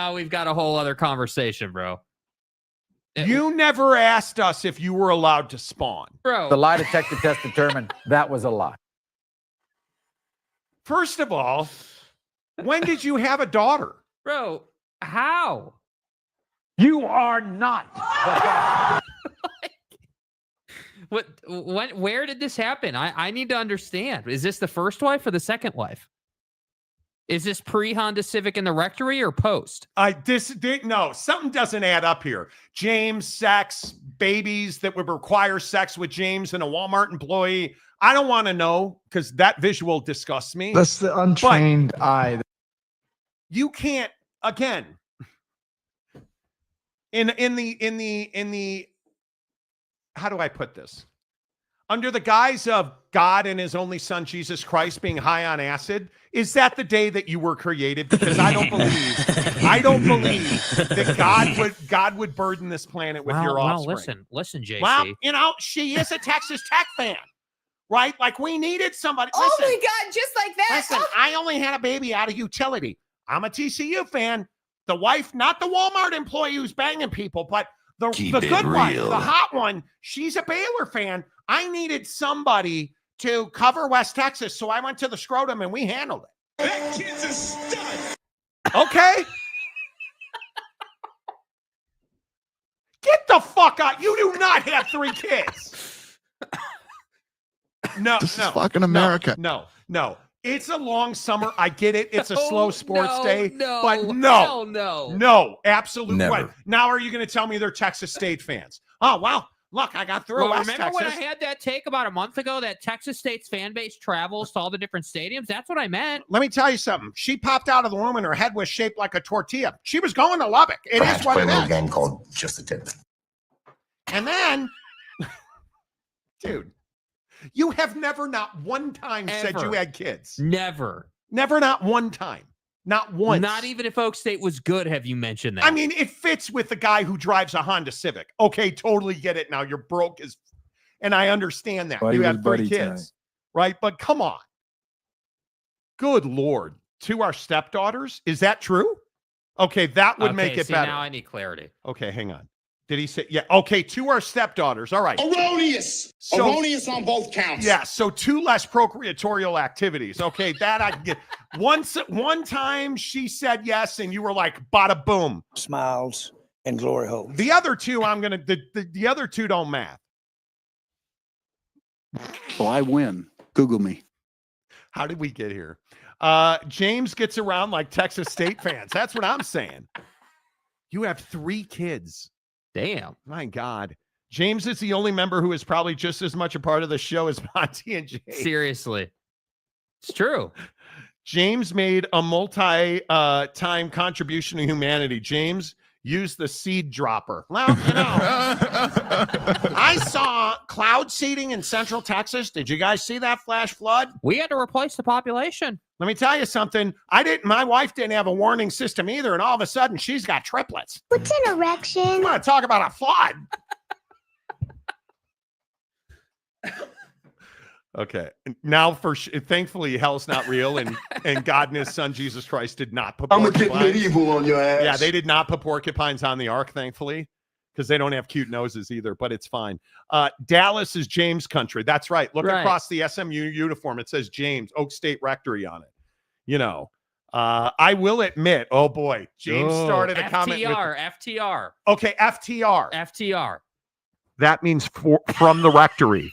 FTR means from the rectory. FTR, I will admit that Monty's new ride is sweet.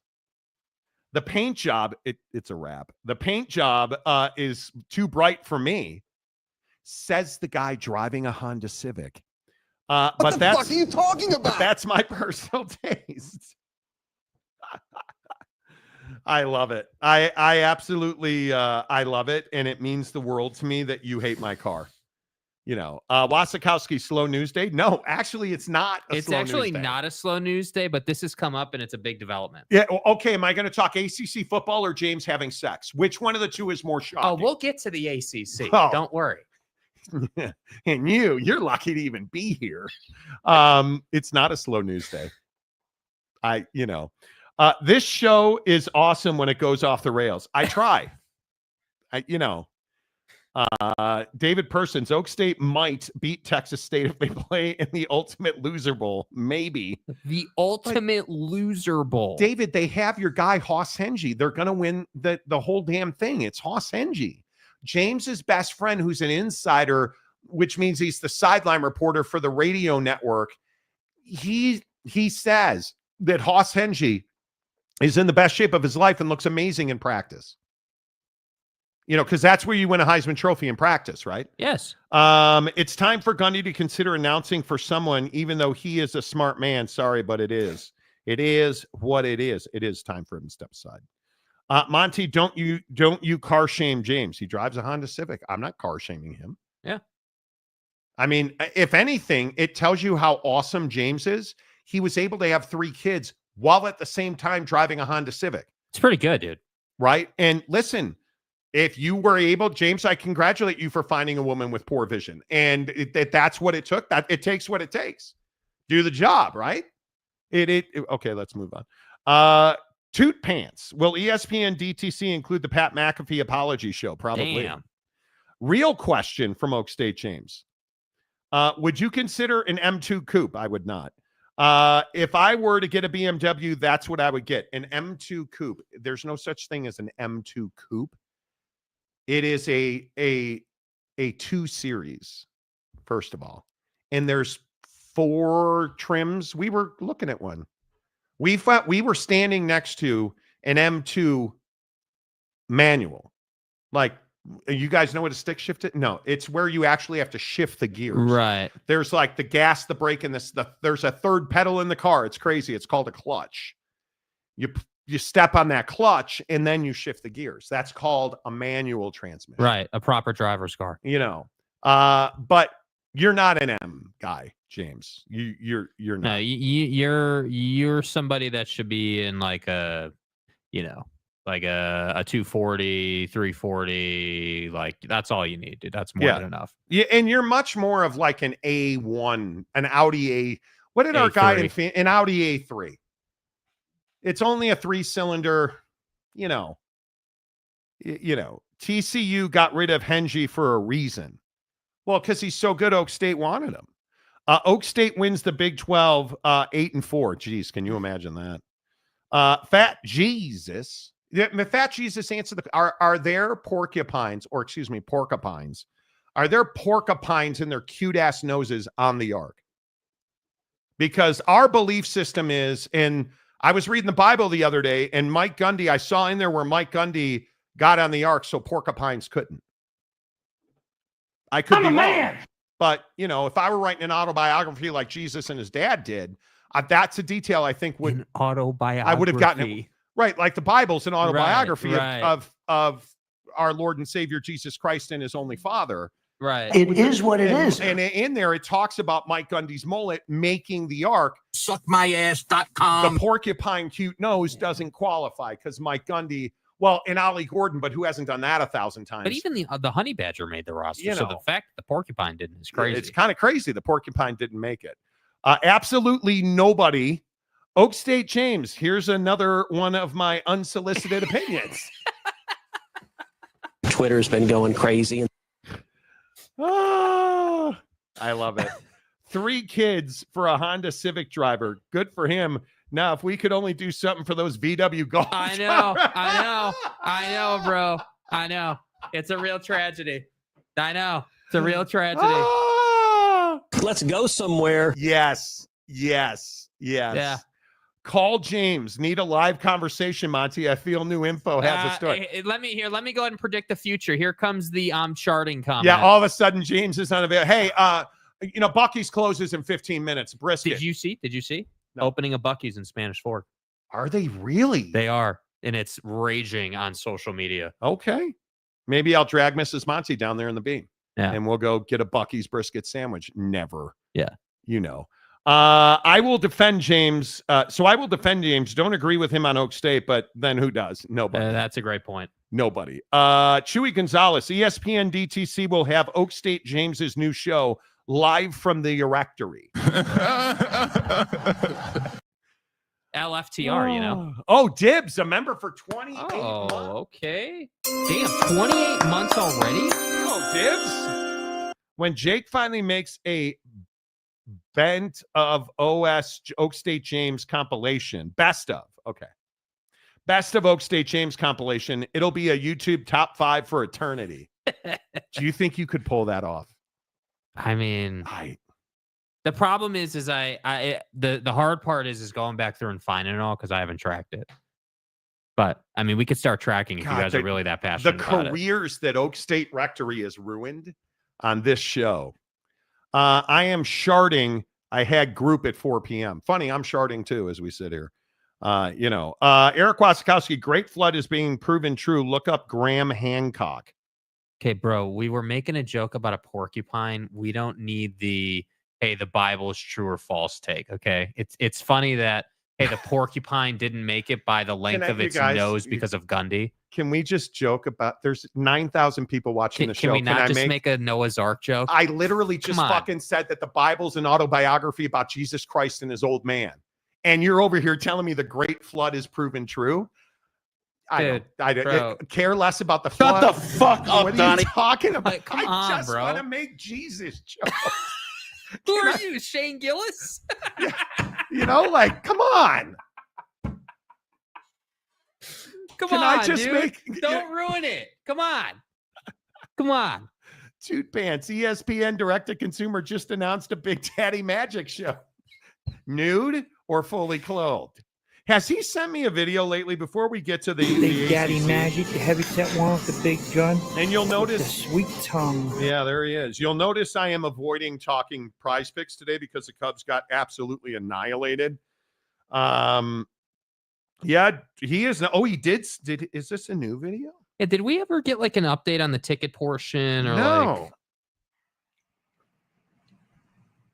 player? Hello, Timothy.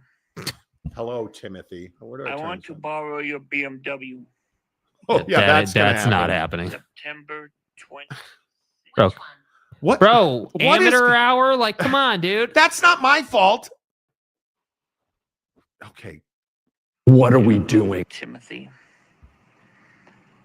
I want to borrow your BMW. Never. September 26th. John Cena Day? 2:16 p.m. Okay. I want to make an AJ DeBanza is on a way video. DeBanza. And I need the car in the background. DeBanza. The only thing you have to do is put hydraulics on the car. Hydraulics? And you just be thumping in the background. That's all you got to do. Can you do that? Nope. I watched a video, you and Mrs. Monty, you guys listen to rap.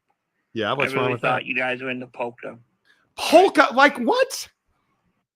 Polka? Come on, man. Bro, I'm getting the patented DM from a certain individual that you didn't read their super chat. Oh, so can you please read their super Bro, chat? can I catch up on it for a second? Cam Harrison for $2. Hey, guys, shout out to Mo Bamba. Yeah, you know. Shout out to Mo Bamba. Who am I missing? That was it. Oh, Cam Harrison. Bro, I'm getting there. I'm getting there. If it's not topic specific, I but I appreciate you pay. I should read them when you did. Cool. They're both excellent schools. Okay. Oh, wow. I got my you're a dive master? You got your M dive? What? You got your M dive. Okay. Hey, listen, being a dive master is cool. That's a calling. That's a calling. You know, I can't ever be serious about anything. Hour number 2 of the Monty Show, presented by our good friends at Prize Picks, America's favorite daily fantasy game. Download the app, Prize Picks. Use the promo code Monte. There it is right there. It's pretty simple. You guys see, you pick more or less, right? Like in this case, let me find Max Fried, 4.5 strikeouts, right? Like, and it's going to show you, hey, Max Fried has done that many strikeouts in the green bars. And I mean, it's super easy. Max Fried against the Blue Jays. Boy, that's tough because Toronto is raking. I'm going to stay away from that one, actually. Because the Yankees, I got to tell you, where do you guys come down on? Are the Yankees World Series good right now? I think that's a huge question. They're pushing it for sure. I think that's a huge question. Aaron Judge, he has had 0 hits, runs, or RBIs in the last 2 games. Does he bounce back tonight?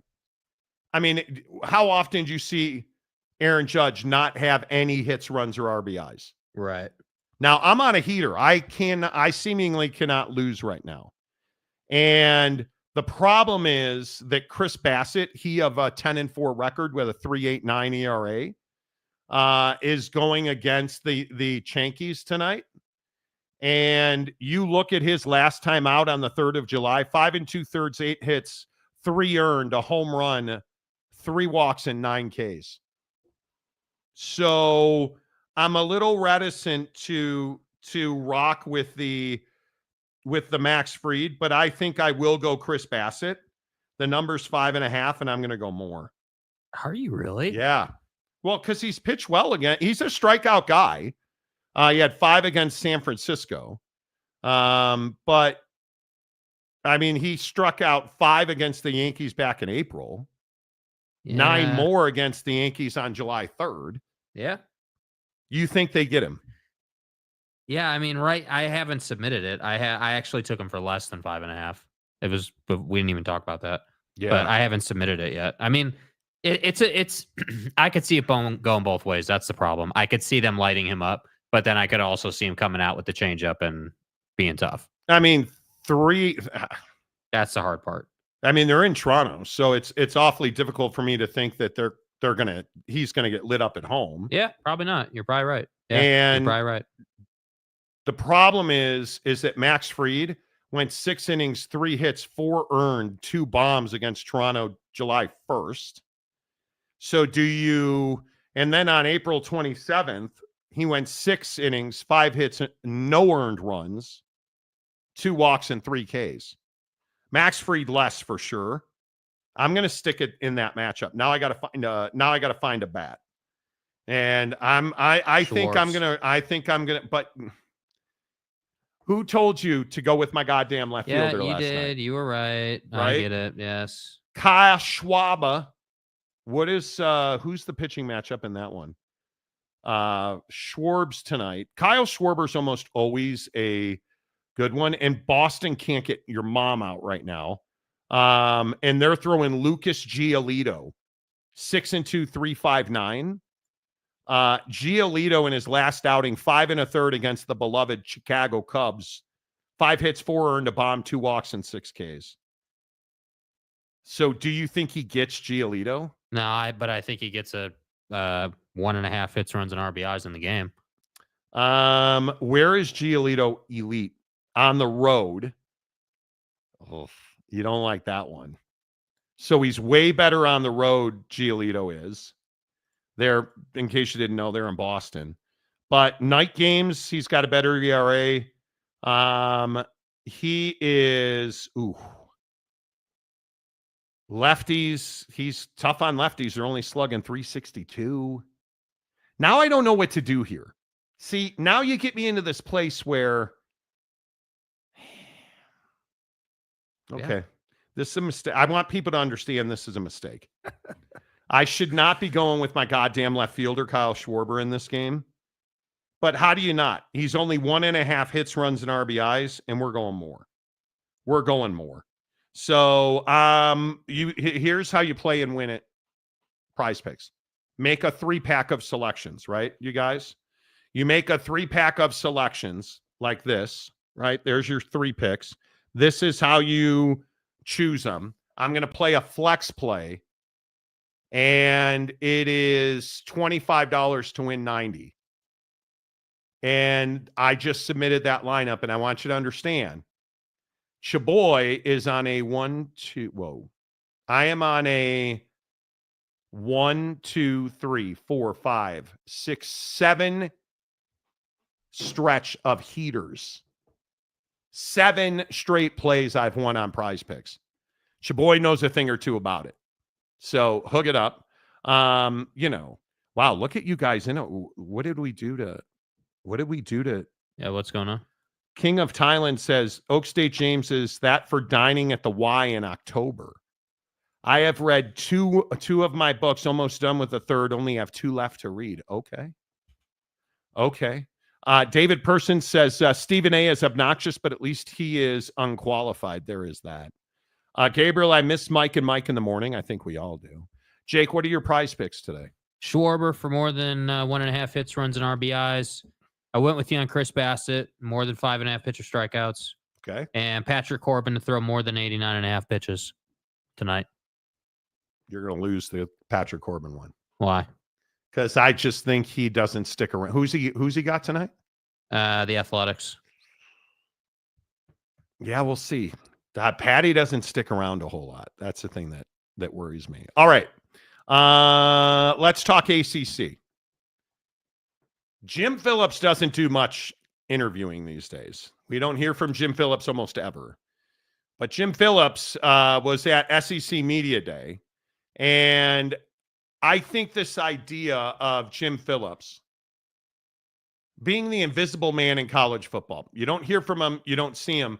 I think he's that guy that you purposely don't see him, right? So is the ACC relevant? Yes. Is it a force in college football? No, it's not. But here's a question. Jake, do you think in 5 years the ACC is still a thing? Man, that's really tough to know. I think that there's a lot of schools in the ACC that probably are going to be actively looking to get out. The question's going to be, what happens to that league after some of the major players leave, and does that all go down before a super league or a new entity, as everyone calls it, comes into existence? Because that's the hard part, is that the ACC is a great basketball league, but in football, it's this odd dynamic where they've won national championships, but top to bottom, they're pretty weak overall. Like, you don't have great depth. This isn't like a 7-team league or anything where you got to worry about all kinds of different teams. I mean, you basically got Clemson, Miami for a cup of coffee, and then Florida State. I mean, those are really your 3 your three big teams there. And Florida State of late has been the one that's made the most noise. So I just think that in 5 years, is the ACC still a league? I don't know. I think that's really tough. There's a lot that goes into that. But what I do know is that the ACC is not really in a position to be dictating the terms of the college football playoff. And guys like Dabo, and Norvell and in the big name head coaches in this conference have to do a better job. I mean, the idea that Florida State was as bad as they were last year is totally unacceptable. And I don't know how that goes down. I don't know how that program ever gets to that kind of position, but clearly they were. And so I sit here and I look at the ACC and I say, you're the easiest league to win out of the four. And I think that the Big 12 is certainly deeper than the ACC top to bottom. And I think a lot of the mid-level Big 12 teams could beat mid-level ACC teams. And that's kind of the issue. So that's where I say, like, if you're not going to, up your competitiveness in football and be a multi-bid league in whatever format. Look at you throwing out big words, multi-big. Yeah. league. I mean, you gotta be. I think you're exactly You have right. to be. I think the ACC is not relevant most years. I think SMU getting into the college football playoff, while nice financially, is an absolute tragedy in that league. I think Florida State is in a must-win situation. I think you need Pitt to have the best season they've ever had, and they may have a really good season. I think you need the Miami Hurricanes to be the dream reunion with Mario Cristobal. I think a lot needs to go right for them to survive, because you remember that for the next 2 seasons, they're intact through 2027. After that, it's all bets are off. Now, that's every league, isn't it? Because of what's going on with college football and how much of the quote-unquote new entity, Super League, all that stuff. But make no mistake about it. If Florida State were to have another season that like they had last year, this year, that'd be an existential crisis. Ooh, big word. That'd be a crisis of being able to exist for the ACC, because you need big games in conference late in the season that have national gravity by them. And that's the single biggest problem. Do you have, how many teams, how deep is the Big 12? Can I say the Big 12 is 6 teams deep? Can I say that, hey, the Big 12, if we go Utah, Arizona State, if you believe in BYU, if you believe in Texas Tech, if you believe in K-State, like right there, that's 5 teams that most people believe are playoff contenders. Can you say the same thing about the ACC? Can you say that without Cam Ward and with noodle arm quarterback who lost a really hot girlfriend, can you say that Miami with Beck is the same team they were last year? I'm going to say, no, you can't. Is there any reason to believe that Klubnik and Clemson can do it all over again? Sure there is. He's one of the elite quarterbacks in college football. Right. SMU, why would I believe that? Stanford, why would I believe that? That's the problem. Should I believe that Norvell and Florida State have figured it out? Unbelievable coaching staff, pretty good recruiting class, decent portal. I would think they're a playoff contender. I would think Clemson should be a playoff contender. Who else in this league? Okay, I'll give you Miami. That's 3. Can you really make an argument that there's more than 3 teams in the ACC who you are willing to put James children's lives upon? See, I just brought that full circle. I don't think you can say that. I think Florida State and Clemson and Miami for certain. I think everybody else, it's a guess. It is a guess. Yeah. I think that when we start looking at these leagues and we start saying to ourselves, like, who's legitimately good? Who's legitimately good? Like in the ACC, I can tell you, I'm not willing to bet on North Carolina. North Carolina is the darling that everybody likes to talk about. I'm not willing to bet that North Carolina can just all of a sudden forget about our favorite hero's nipples girlfriend and just be like, oh, yeah, dude, Diamond Cutters is going to turn this thing around right now. Am I supposed to believe that after they absolutely did not last year and all of a sudden it's just totally different? Yeah, somehow I doubt that. Right? Am I supposed to believe, like I look at NC State, that's a football team where I'm like, Is NC State on the road to the title game again? Yeah, I don't know about that. Right? If I look at SMU at 11-3, how did SMU go 11-3 last year? Coming into a new league, I have no idea. How does Florida State go 2-10? Well, that to me is more shocking than SMU. You know, SMU came into this league, and the ACC is a soft league. We know that. This is not rocket science or a new take, right? I mean, you guys all know that. And so, you know, yeah, it's a little shocking they were 11 wins good, but it's not shocking they had success. To me, the bigger issue is that yeah, Florida State was so bad, and you as a conference were lucky enough that Miami was good enough to kind of replace them in the conversation for the past year.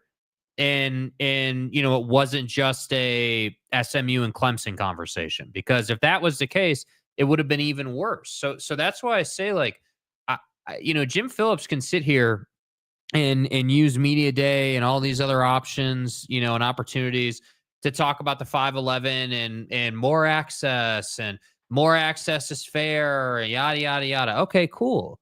But the reality is you guys don't have a more access issue in your conference. You're not even filling really the access that you have.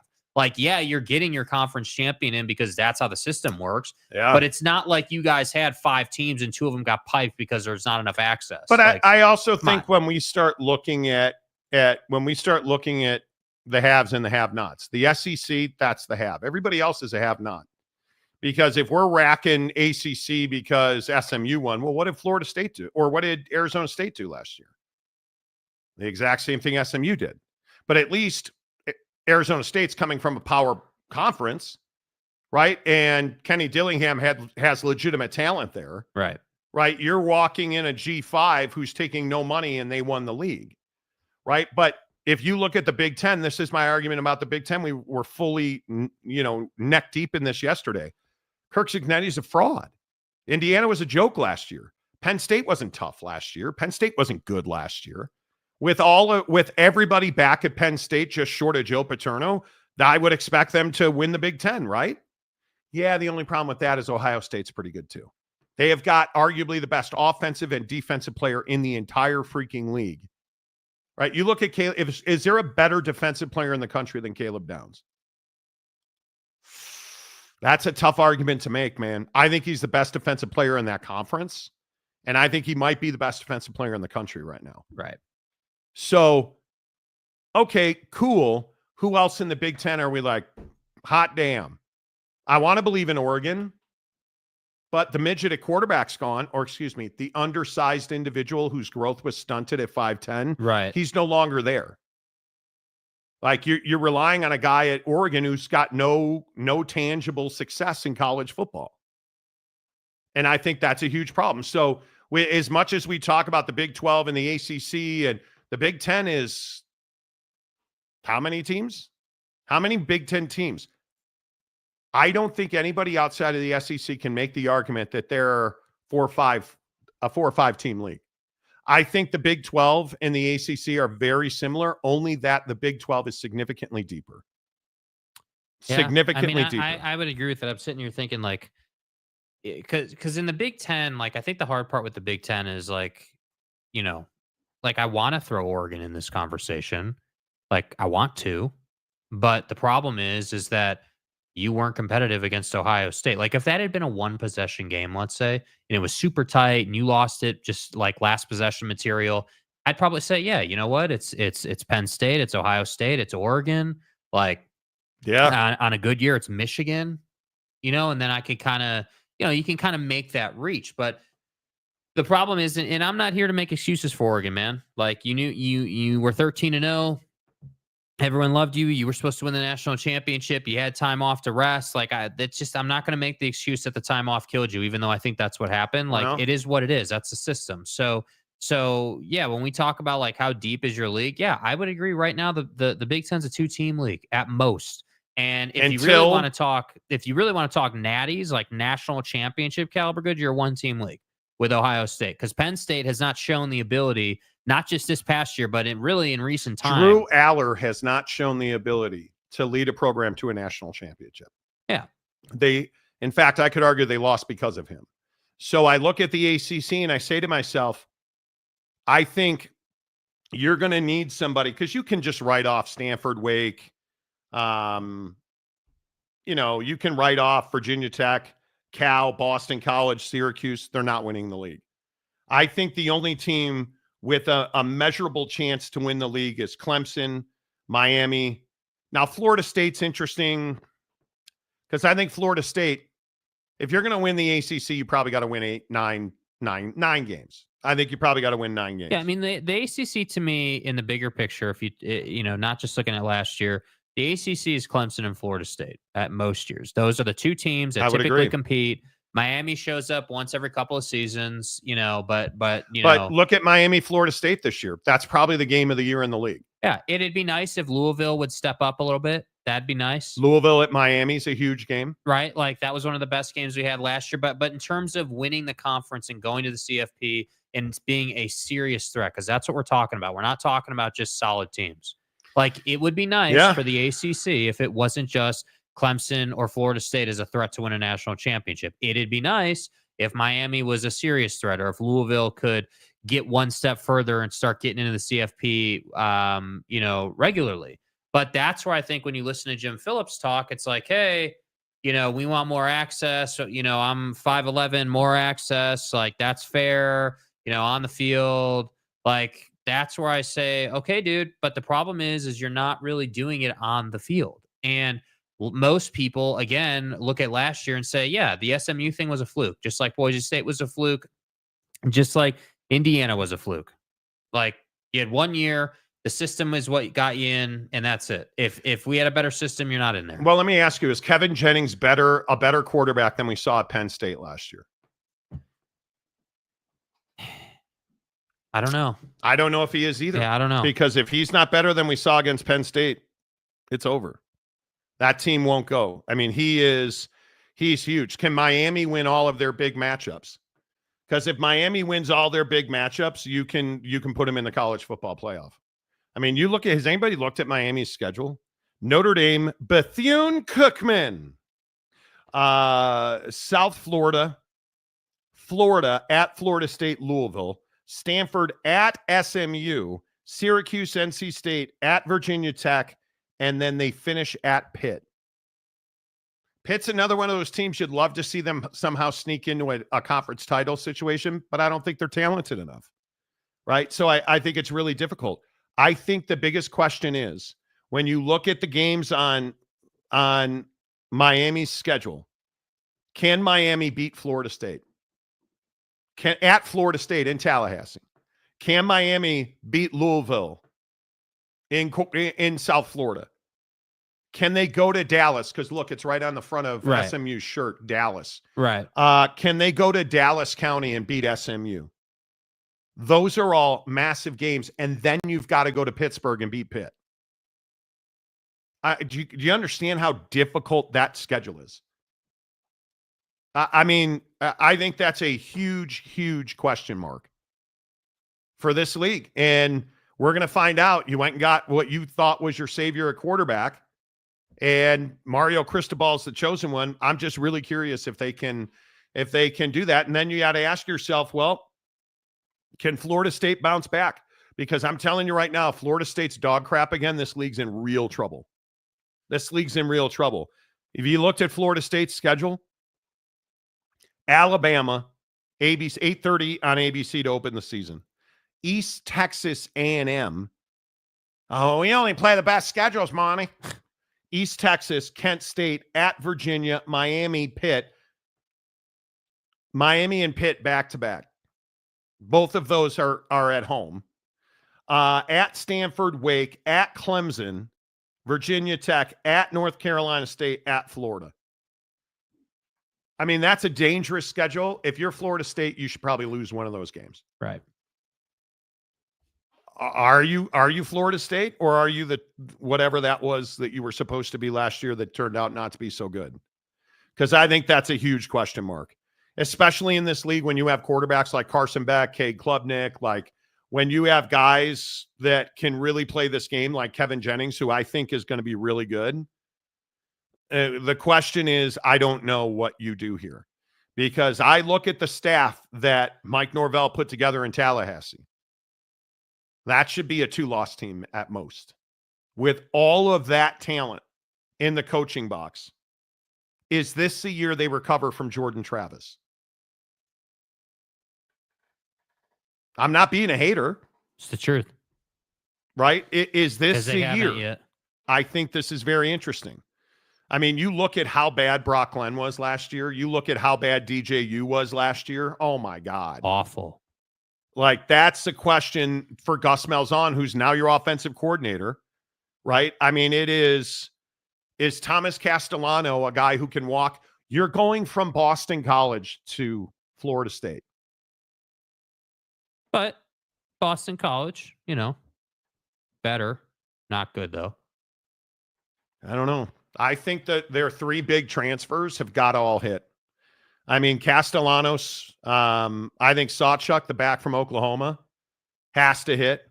And then one of the greatest names in the history of Tennessee football, Squirrel White. Squirrel White. Hey, boy, Squirrel. All have to hit. And I mean, Deuce Robinson, great pickup. Gavin Blackwell, North Carolina, like looking at their portal. I mean, they brought in some real talent. They've got to win games. So I think it's a critical year. I think it is absolutely a critical year. There just is. Oh, no. Oak State James being self-important. He left. Oh. I have group at 6 p.m. Be back soon. Oh. We did what we did. Too much turnover for West Virginia this year, but got some good young players. And Rich Rod's a developer. You guys will be fine. It won't be this year, but James also says when Miami gets their on-campus stadium, here we go. Then they will be a powerhouse again. They were a powerhouse last year. Maybe check the quarterback of the Tennessee Titans. When Jimmy Johnson was a coach there, they were a juggernaut. Did they have an on-campus stadium back then? Oh, that's right. They didn't. They played at the Orange Bowl. Like, it's fine. In terms of the ACC teams that might be picked off by the Big Ten or the SEC, according to CNBC, which is where I get my ACC's valuable ACC schools are Clemson, Stanford. Stanford's incredibly valuable. But again, I know that we as jarheads don't like to talk about this. There's not a league in this country who, if the ACC melts down, won't have a conversation with Stanford. They'd be incredibly valuable. FSU, Duke, Miami, Louisville, North Carolina. I think North Carolina can write its own ticket. And I've told you this before. We're the ones who broke the story that essentially Brett Yormark and company had conversations with Duke, North Carolina, like Duke is Duke. Very interested in Miami, Louisville. Like they had those conversations when things were up in the air. I think the biggest question is Florida State. I don't know, but I've been told the SEC isn't excited about Florida State. I've talked about this repeatedly on the show, and I understand Seminole Nation comes in here and they're like, you shut your mouth, Monty. Well, okay. But I'll be a ventriloquist then and tell you Florida State doesn't have a great shot at the SEC. They don't. I don't believe that that's the rubber stamp that people would have you believe it is. But that's just me. David Persons, the UNC game with TCU will show us a lot about both teams. Agreed. Dude, Spike Dykes' kid has got to have a huge year. This league, the Big 12, is vulnerable, and there is opportunity for just about anybody to win the Big 12. It's pretty open, right? If you're a Utah fan, certainly that has to excite you. And the way that Devin Dampier's looked in camp has to excite you. And the way that, Beck's offense has looked in camp has to excite you, I should say, instead of just Devin Dampier. But, I think it's really important that the Big 12 have at least 2 teams in the college football playoff this year. Which would require them to have 4 or 5 in the conversation. Yes, absolutely right. Absolutely right. There's no question about that. Yeah. You cannot, I'm just telling you now, you cannot roll through this year and think this is inconsequential. I think it's Michigan. This is a huge year for Michigan because apparently the NCAA never is going to announce their punishment. Although, again, the other week, I think I told you that they're look, waiting it's for been- media days to pass. Morty, it's been 2 years. We should just stop talking about it. So, it's fine. It's fine. Do we all agree that I just don't understand the process? I'll never say I understand the process. That's I don't understand it. But I think with 13,000 people watching the show, make sure you come over to YouTube, hit the like button. If you're watching on Twitter, X, whatever you want to call it, my bad, Elon. If you're watching on X, make sure you give us a retweet. Our growth on X has been unbelievable this week, this month, the last quarter of the year. We've really picked up our X blog. It took long enough, right? But I really appreciate you guys watching. Follow us on X, The Monty Show, MONTY The Monty Show. Retweet our stuff. Please follow us. Come on over to YouTube, hit subscribe, give us a thumbs up. It really helps the channel grow. Let's see. King of Thailand. Monty, where do I send flowers when Pitt ends Notre Dame's playoff hopes? That's funny, dude. That's funny. You know, I try. I try not to. What's Pat McAfee say? I try not to bring anybody misery or pain. Right. Well, I'm going to lie too, because I think that. Oh, Eli Holstein. Oh my God. Okay. Guys. Listen, I am telling you, the defense does return for the 6 that led that team. And I think Kyle Lewis, Rasheem Biles is a linebacker. Nobody knows who that is. He's unbelievable. I think Rashad Battle is one of the best corners that nobody knows who it is. And I'm just going to tell you, we're going to beat wholesale ass against Pitt because you guys all talked a load of mess. And I also remind you, do you know when that game is? Do you know when that game is? Now, it's at no longer called Heinz Field. That game is November 15th. And Thailand, it's a game that could absolutely wreck Notre Dame's season. And I think I need to be, how do I say that I want Marcus Freeman fired as soon as possible without saying Marcus Freeman needs to be fired as soon as possible? You don't want him on the arc. Yeah. So I was talking to my friend my friend Jesus and his dad. Because this is Notre Dame. So, Yeah. In their house, and they have this huge house. I think it's got room for everybody. Could be wrong. But Jesus was telling me him and his dad are huge fans of Notre Dame. And that Notre Dame, Marcus Freeman, I should stop.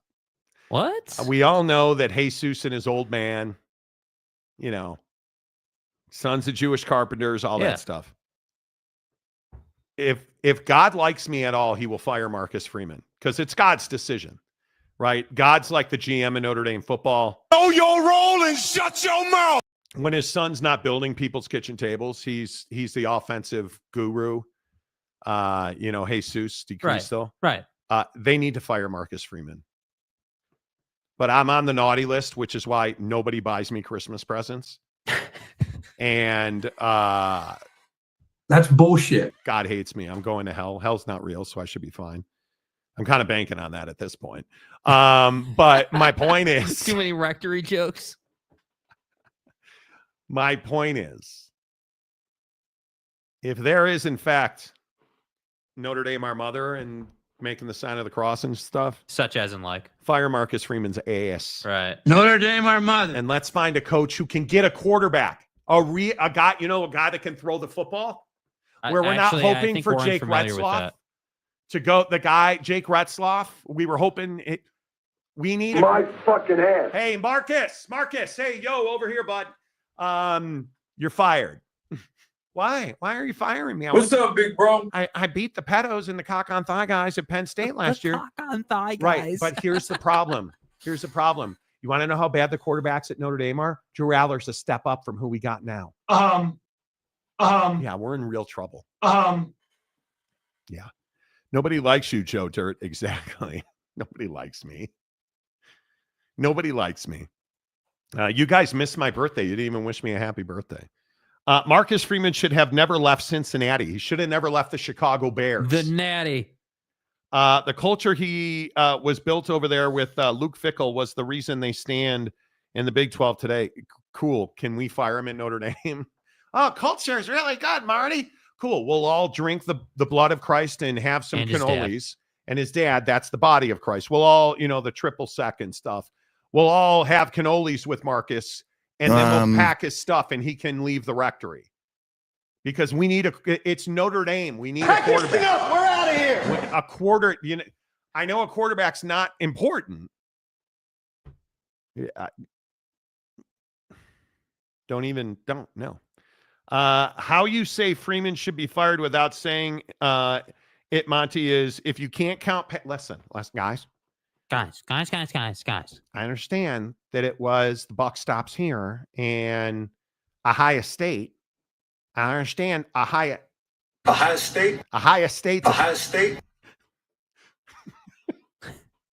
I understand that Ohio State is a big game at the stadium. You got to have 11 guys on the field against Ohio State. Because when Ohio State has 11 guys and you don't, guess who's going to win the game? Ohio State. And then their quarterback got kicked to the curb. They ran. Fuck you. Yeah. Fuck you. You Enjoy suck. Syracuse. You're terrible. So wait, they Ohio State went and got Will Howard. Who did the Catholics go? Who did we get? Did we get Peter, Paul, and Mary? No. We got douchebag from Duke because his mom says he sucks and he balled out when he came and played Notre Dame. One game.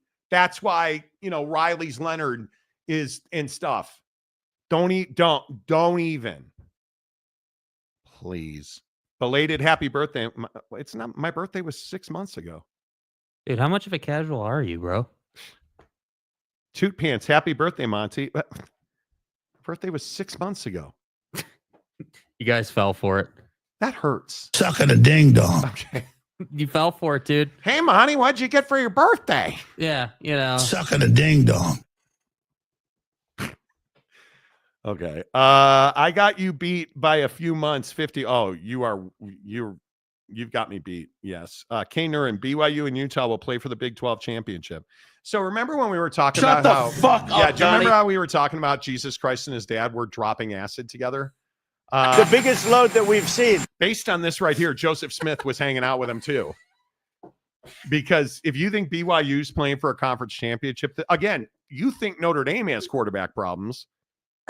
Chaboy is going to Tulane, and you have not got a guy. Tulane. Oh, sorry. Manischewitz is going to Tulane. Right. And all of a sudden you're like, oh, we're going to win the conference championship. I hope you're right, because that would be amazing. Can you imagine oh my God. Do you know how every other school in the Big 12 should just forget that or hook up, go to church on Sunday and drop acid with Jesus and his old man? Because again, I'm telling you, if BYU and Utah play for a conference championship, BYU fan, you already know Utah fans insufferable on social media. If those two play for the conference championship. Yeah, I know what time it is. Good luck. This league should fold. It's over. Oh my God. Utah Pig Bus, he's never going to have a bigger tailgate than that. Yeah. My God. Do you know what that stadium will look like in Kansas City if, actually it'd be Dallas. AT&T. Oh my God. Do you know how many Mormons live in Texas? Oh, Monty, listen, the biography that JC and his dad wrote states that the Ark of Creation actually was located right outside of Dallas somewhere. And oddly enough, so I was hanging out with Jesus and his friend Joey Smith. Yeah. And his friend. His buddy, man. Jesus and his buddy Joey Smith. And we were all just talking ball, right? And, they told me that Joey Smith secretly is so pissed at the quorum that he's a Utah fan now. And Jesus is a Notre Dame fan, and they made a deal. And I looked down to earth, and all of a sudden it was raining all over the place in Provo, and it was bright sunshine up on the hill. I'm not afraid to die. Devin Dampier's the chosen one. He's now an apostle. And she took offense. I asked James Friend, who's the sideline reporter at Oak State. He confirmed it. You know. I would just like to say Joey Smith is undefeated. Catch me outside. How about that? Hey, any dude that can be married that many times and handle his wives, dude, that's a skill. Joey Smith doesn't do acid. He smokes weed because he needs a stress relief. Yeah, like seriously. The stress of just remembering all of those wedding anniversaries. You're done, dude. I should probably stop. You're done. I'm probably going to hell. Oh, that's right. Hell's cheating, lying, again, and then playing the victim. I am so in this life. I am so counting on the fact that hell's not real. Because if it is, I am so fucked. I can't even describe. Suck at a ding dong. Joey McGuire needs to be undefeated. Yeah, you want to talk about it, Joey, who needs to go undefeated. Joey. My God. Happy birthday, Jake. Yeah, you're just 6 months early. It's got to be closer than Monty's. No, it's right down the middle, actually. Yeah. Do Mormons and Scientologists have a rivalry? Well, you know, Jesus Christ and Tom Cruise were hanging out at the bar one night, and yeah, I'm not talking about that. They don't. God, please don't compare Scientology and the LDS folks. That's not a good mix. No. L. Ron Hubbard versus Joey Smith ain't much of a fight. Gabriel, if it's Kansas K-State for the championship, it's time to panic. Yeah. Seriously. Big 12 panic room. Hot ass. Are you kidding me? Oh, I forgot to play the Jim Phillips soundbite. Giglio and company had Jim Phillips. Ovies and Giglio had him on the pod today. And old friends of the program. And I know you guys are going to find this shocking. The ACC wants more opportunity to put their teams in the college football playoff. A really good format right now, 5-7, and we'll stay at 5-7 if we can't, come to, some kind of agreement here. I like 5-11 because it gives 4 additional teams a chance to play. It takes you from having 9% of the field that plays FBS football to 12% that get a chance to play in the championship. Access and fairness continue to remain important. I just can't state that high enough. At the end of the day, you earn what you get and you get what you earn. Predetermined, artificial, invitationals, I don't have an appetite for that. I just don't.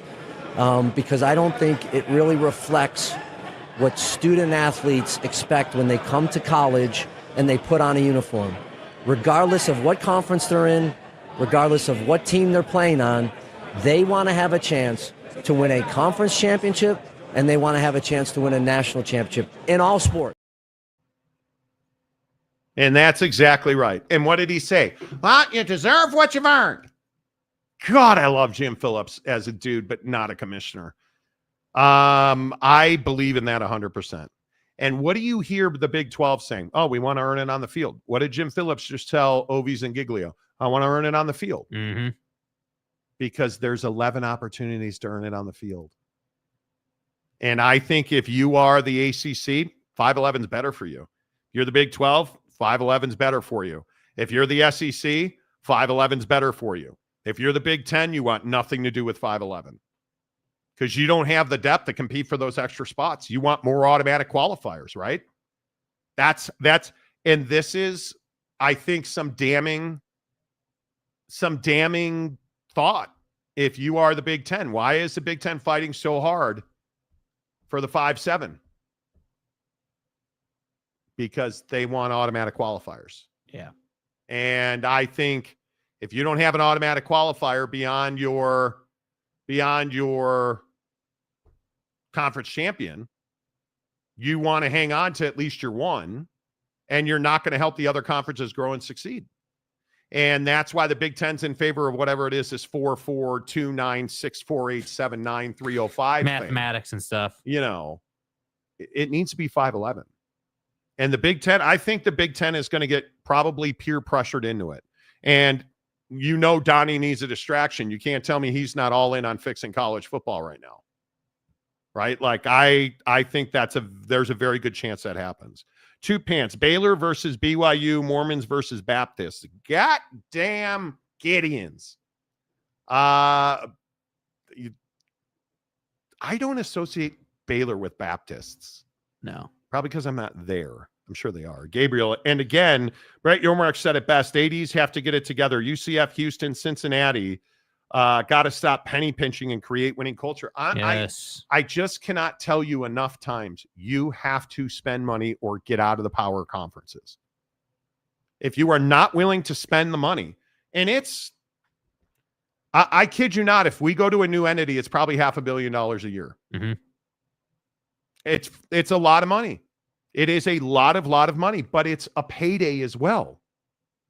But I think you have these old heads who don't want to do that.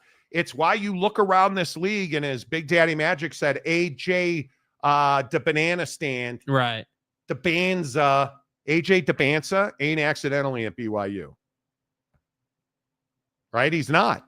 You look at the talent that BYU is buying, and while I'm sitting here talking about it, do you understand that tampering is now the norm? It's not tampering. And I don't care. You can keep calling it tampering. And if your school, if Notre Dame is not sending out through its pipeline and in its relationships, if Manti Te'o's dead girlfriend isn't reaching out to the best offensive lineman at Ohio State, see, you work it in, I'm smooth with it. Ohio State. If she's not working on the best offensive lineman at Ohio State, what is she doing? I mean, stay dead, lady. Ding dong. Well, that could be too.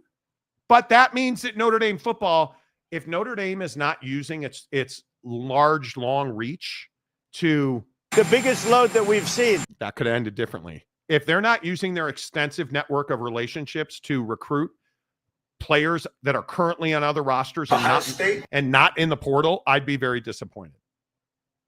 I'd be very disappointed. How are you not talking to the top 10 quarterbacks in the country? No idea. How are you in this position where you have no quarterback at Notre Dame? It's embarrassing. Go and buy a quarterback. That's what the best teams do. But you won't do that. So you're not one of the best teams. Midweek kook, spend money like crazy. Money's not real. Only gold and flat earth are real. That's right. Right. Man, I feel bad for Washington State fans because you guys just don't have any. There is no joy. Your faculty and staff want nothing to do with spending more money on sports. They just don't. Like the Lot Lizard Union says, no money, no honey, I think I've seen that written in history books. Imagine how crazy a Utah BYU playoff game would be. Oh my God. Mark Harlan would have an aneurysm, dude. Like he'd have a blowout at that point. Right. King of Thailand, is Art Briles' kid still a coach at OU? No, I think, is he still a coach at OU? Who knows? Google it. Don't be a jerk. Boba Bubble Tea. Big business. Big business. Johnny Gonzalez, I'm on the no honey, no money side. Okay. Which is fine. I'm on the who's got the best uniforms in the NFL side. My friends, I am a uniform junkie. I think you guys know this. I am immature. I am a child. And I used to be a jersey wearing fanatic. But now, as a broke-ass BMW owner, I got my insurance quote today. Thanks for that. How'd that work out? Really good, actually, believe it or not. You guys, before we talk about the best uniforms in the NFL, I call my insurance agent today. Sarah Road, American Family Insurance. She does not pay us to come on the show. Great insurance agent. Couldn't get a hold of her. Great insurance agent. So I talked to her admin. She says, she gives me the quote for the new Beamer, right? And I'm like, okay, lady, have you seen this BMW? I mean, you need to give me a discount just because it's so sexy. She said, totally agree, Monty. Are you a member at Costco? Well, yeah.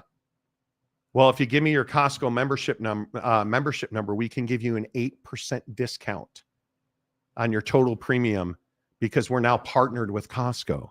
So all members get an 8% discount. I add a X4M competition to the portfolio, and it only raised my premium $22 a month. I'm pretty happy with that. Now, the liability insurance that I had to buy for my business today, yeah, that did not raise my premium, only $22. And you know what the funny thing is? You know how they spell liability insurance premium?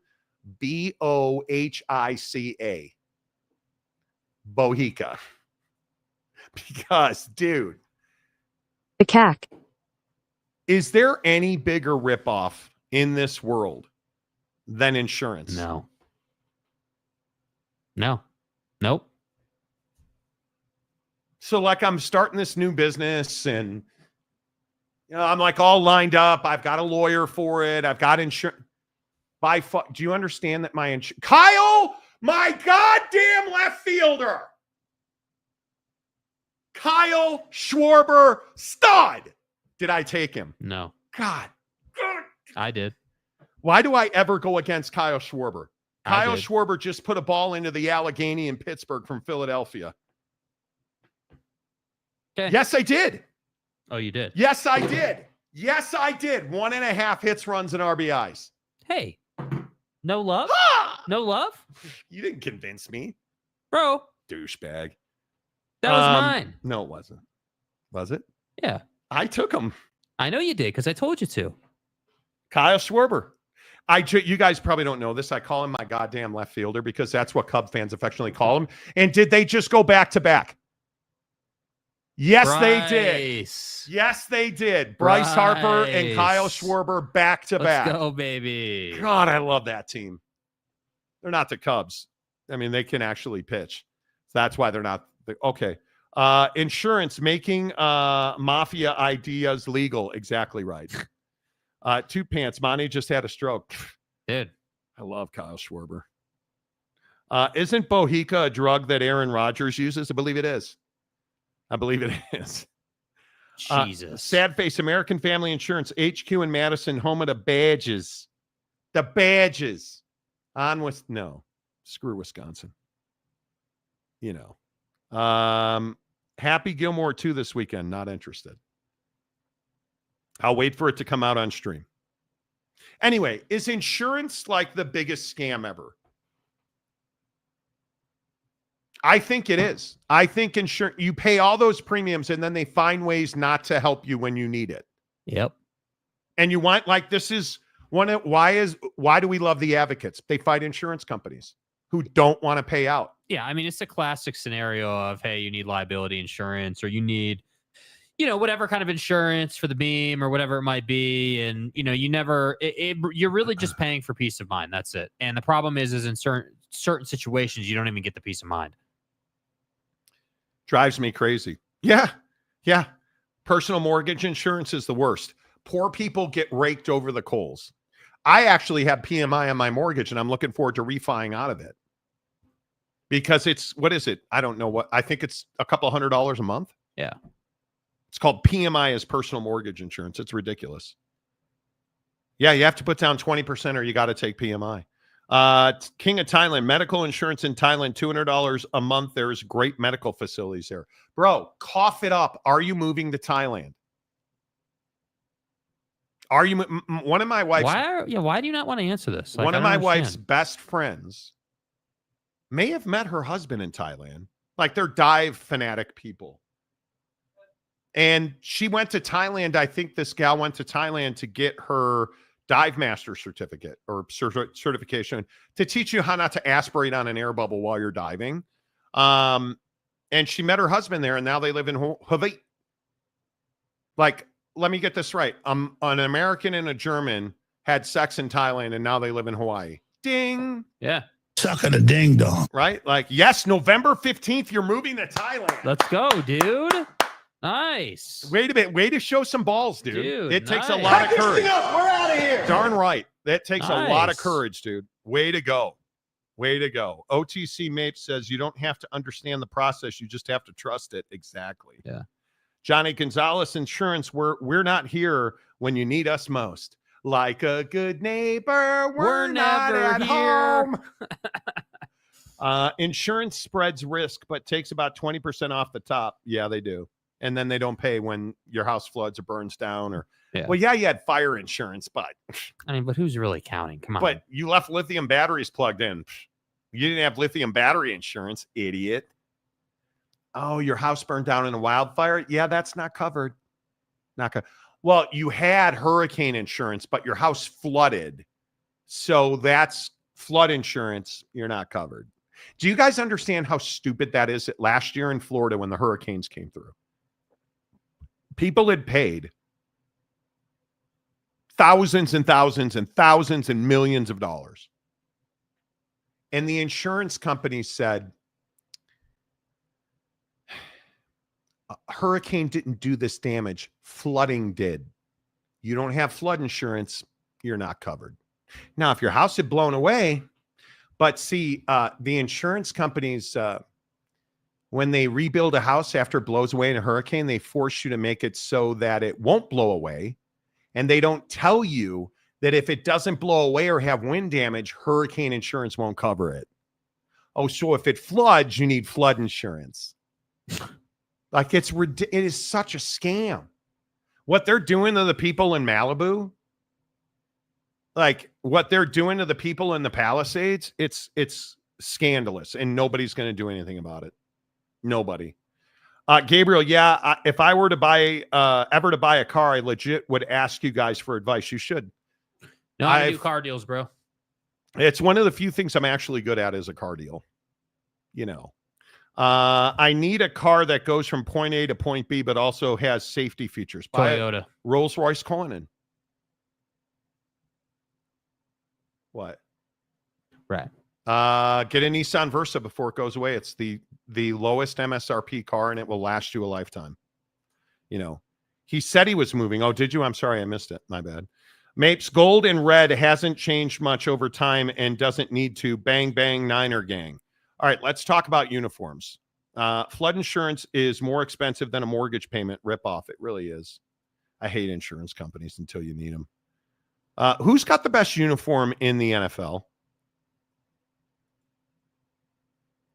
I mean, I would think 49ers are up there.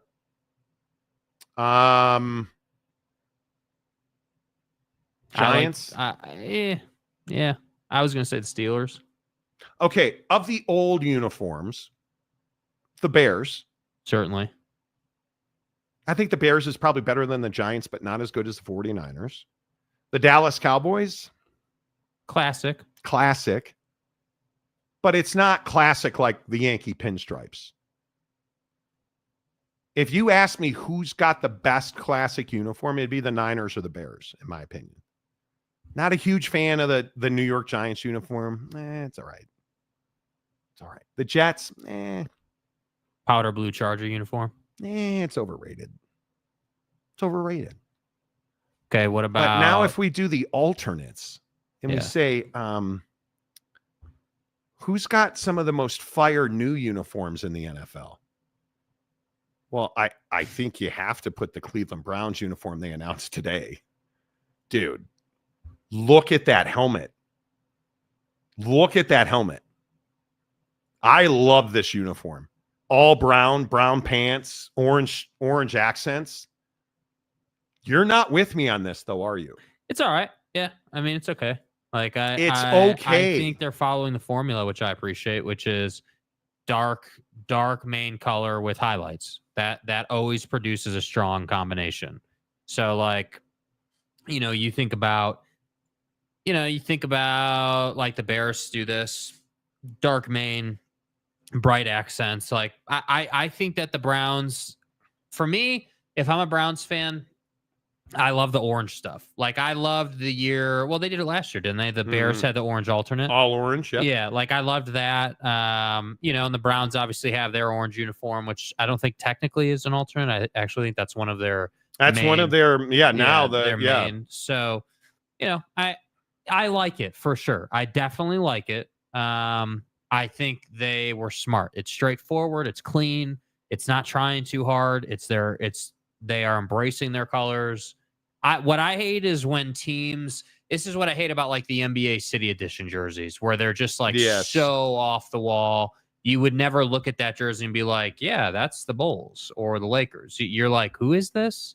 You know, like that's where I think we mess it up with new age jerseys. But I think the Browns did a good job here, and I do think they look really good. Okay, do you, and this is just my opinion, do you believe that the so you like the Charger stuff? Yeah, the powder blue Charger jersey is nice. What about the new stuff they announced? Because the Chargers, for you guys who haven't seen, the Chargers uniform lineup this year, if you look at like the three in the middle, the all like navy blue, nice. Fire. That's the throwback, in my opinion. I love that. Yeah. The all powder blue, it's okay.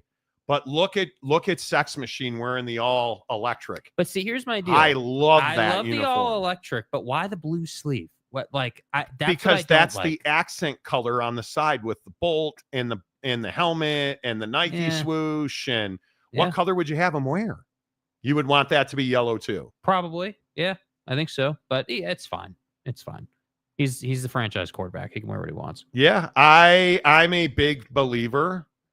I'm a big believer that, like, when the Bears go the all-white uniform against the Lions, maybe I don't know if I can find a picture of it. The all-white, here it is right here. The all-white concept that is being floated out there for the Bears. Yeah. Well, this is reminiscent of the all-white Bengal situation with the white and black helmet from last year. Yes. Which I think they definitely draw from. You know, one that I think might be underrated is the Ravens. The Ravens all purple uniform is really nice, I think. You like that? Yeah, I think that looks good. Yeah. I'm a big fan of, like, did you like the Bears orange uniforms? I did. Yeah, I did. I was really love. Happy. As a kid, I had an orange Urlacher jersey, and I was really happy that they brought these back. Let me show you a couple of these Bears concepts, because this one with Caleb Williams in all white, like this uniform right here, you guys, clean, bro. that is super clean. Yeah, that's clean, dude. But you go back, I don't think it's even in the same conversation. In the same conversation as this right here. I love that uniform. Yeah. Like, again, 21 times a month, I must have shot the rocket 10 times just watching them play. Probably too much. But I see the Bears have the advantage. The traditional blue, just the straight up blue Bears jersey, is really, really good. Yeah, like, their traditional uniform. It's clean, like it looks good, like, you know, it just works, you know. So I do think the 49ers probably have the best uniforms. Even their combinations are really good. Like the white Niner uniform that they've worn, you know, they've done that with a couple of different pants. The gold pants are crispy. Even the black Niner uniforms. Yeah. Like there's some good. The red alternate for the Patriots and the Bills is really good in my opinion. The Patriots red, the old Patriots red is really good. But I really like this uniform. Yeah. So the Browns did really good with this. I think that this is clean. And I do think, like, when you look at these different pictures, the helmet really makes or breaks it. Yes. You know, if you have a really good helmet to go with the scheme, it's really gonna, you know, top it off. Yes. But look at the different colors of helmets here, right? Like you've got there's only one. You've got, you know, like there's only, if you look at these, look at the difference is the blue one in the middle is the only one that's navy. All the other ones are the white base with the powder blue and gold Charger lightning bolt. I would love to see a powder blue helmet with a gold bolt on it. Yeah. And you look at like the Bears, that's what made this so fire, the orange helmet. But see, they understood the assignment, right? Yes. Orange base, blue accents, white base, blue accents, or orange accents. Like, it's not that difficult, bro. Yeah, I don't think I really don't think that this is that hard to figure out. I think you get in trouble when you try to be too slick or. Oh, dude, the Titans, bro, with their powder blue unis, those are those are clean. But those are the Houston Oilers uniforms. I know. Yeah, but they're still nice. Yeah, I think I don't know. I think there's a lot of there's a lot of really good ones. But I would agree. I think the best one is the 49ers. I think they just have all the combination. It's going to be hard to find a bad 49er uniform with their colors. Yeah, I like the classic. I like the gold pants, red jersey. Yeah. I prefer orange Bears jersey with the blue or white helmet for the Bears. I love that. I love their combinations. Not NFL, but West Virginia Cole alt unis. Okay. Yeah. Okay. Looking at the Bears uni, Monty had a stroke. Right. You know, it is Knuckle Deep Day next Wednesday, a week from today.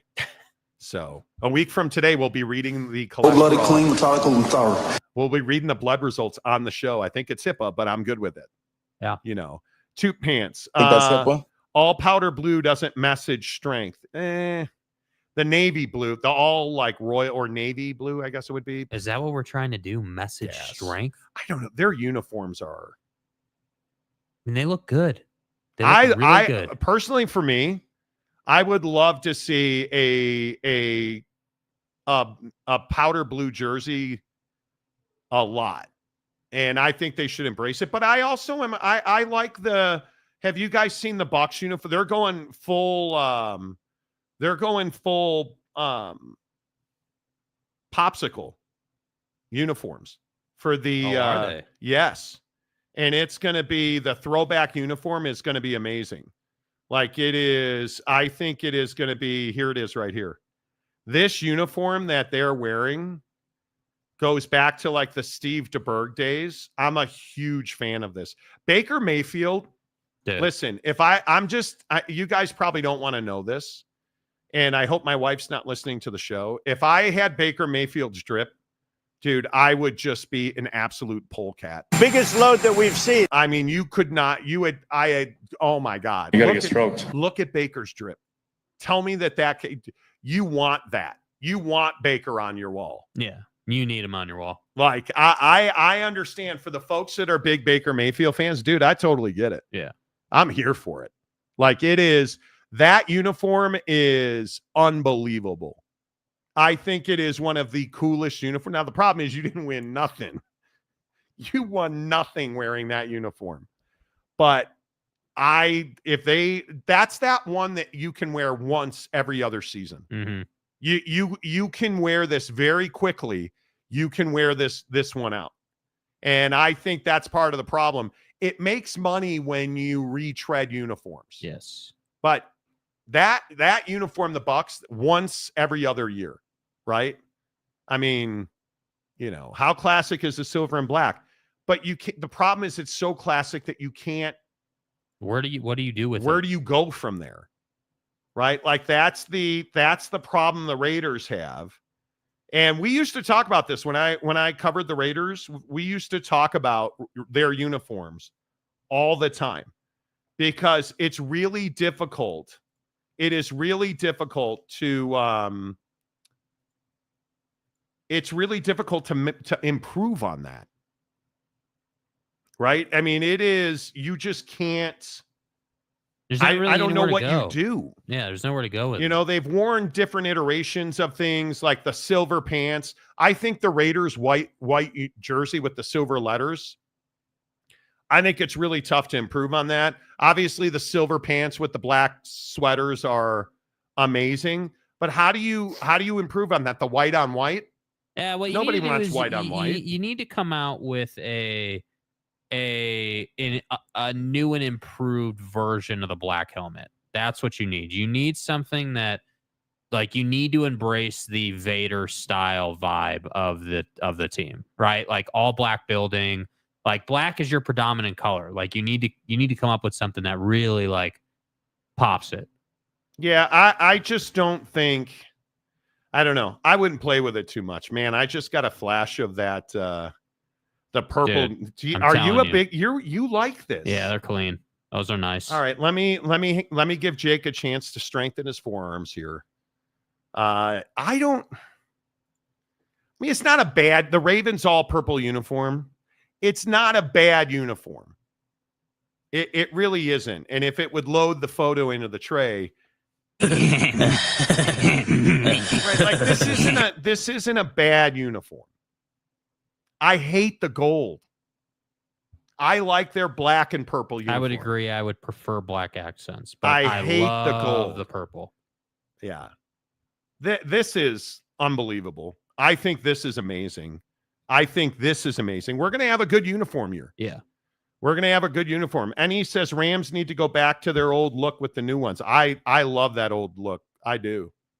Why don't you wear jerseys on game days anymore? I'm fat. I don't know. I have my throwback Walter Payton. I don't know why. It just one day it was just over. It was just done. It was just done. Yeah. Right? Mrs. Monty told me I looked fat. How many of you guys, how many people in the chat, how many people in the chat wear jerseys? Do adults wear jerseys? Are you a jersey adult? Yeah. Are you one of those losers that wears a jersey? Like, is it cool for adults? Like, if you go to a soccer match, I think that's a very different thing. Soccer shirts are a different thing. Notice he said shirt. But like, if you're an NBA fan, and you're over 35, I should get to kick you in the balls if you wear an NBA jersey. The answer's no. It really did. Right? Like, the answer's no. NFL jerseys. And the issue now is there's no like player loyalty. Right. Like, I have a Cubs throwback jersey, blank on the back.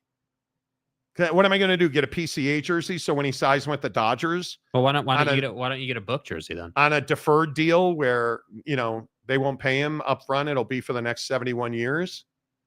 I could get a Devin Booker jersey. That dude ain't going nowhere. I have not worn a jersey since Roy Williams. Let's go. Love that. It's too close. It's too close to the Vikings. I hate the gold. Oak State James, I wear a blue t-shirt and take it off like I'm Bill Belichick. Okay. Dude, we don't need any Oak State James rectory ring doorbell nipple pics. Oak State James, there he is on his porch looking for Jesus. Like what Jesus? What is Here's that, Oak dude? State James on his front porch every time he sees a Walmart delivery truck. Probably not funny. I wear a blue t-shirt and a Dallas Mavericks jersey over top of an Anthony Davis 3. Okay. Yeah. Okay.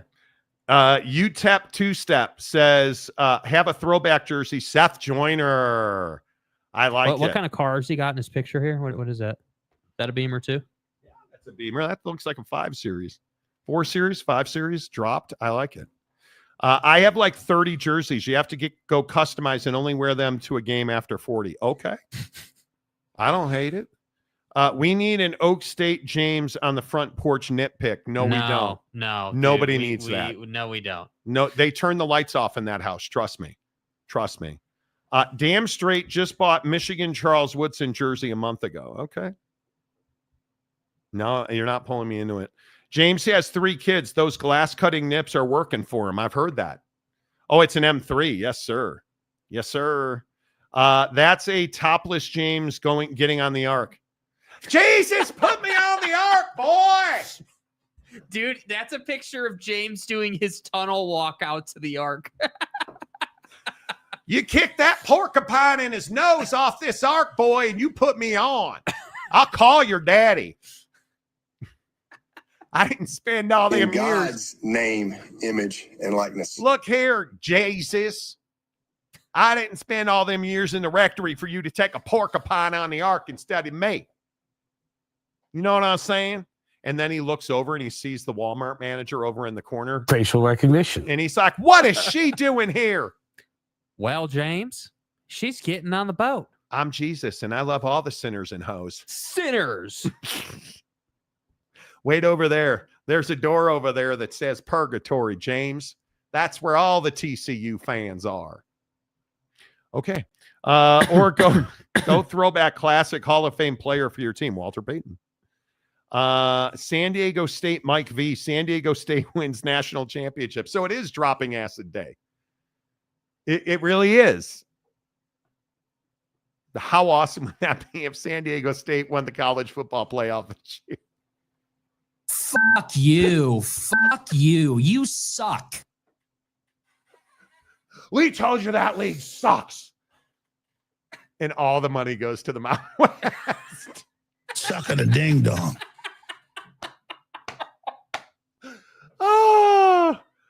Oh my God, it's so easy. It is so easy. But it's fine. All right, let's get into the non-sports stories. We're on the clock. There's only one. It is already 15 minutes. I don't even know what you say. I know what you say. Obama's a traitor. Obama. Treasonous. Barack Hussein Obama. You have no birth certificate that actually had a birth certificate. How about this story? I don't even know where you go with this, because at some point you got to stop with the, well, they made this story up. Okay. How many stories can one make up? How many? Right? Like when we're talking about the Epstein files, I get it. How is Donald Trump going to make this Epstein file situation go away?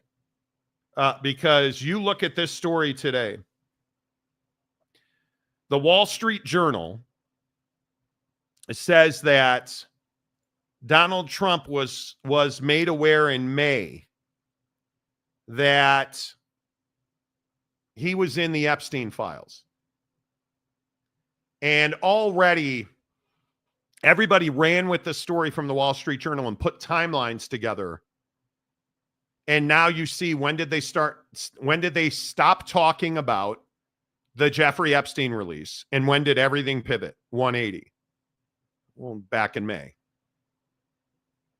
And it's awfully hard to deny now that this is going to be tough for him to get himself out of now. I don't know that there is getting out of here.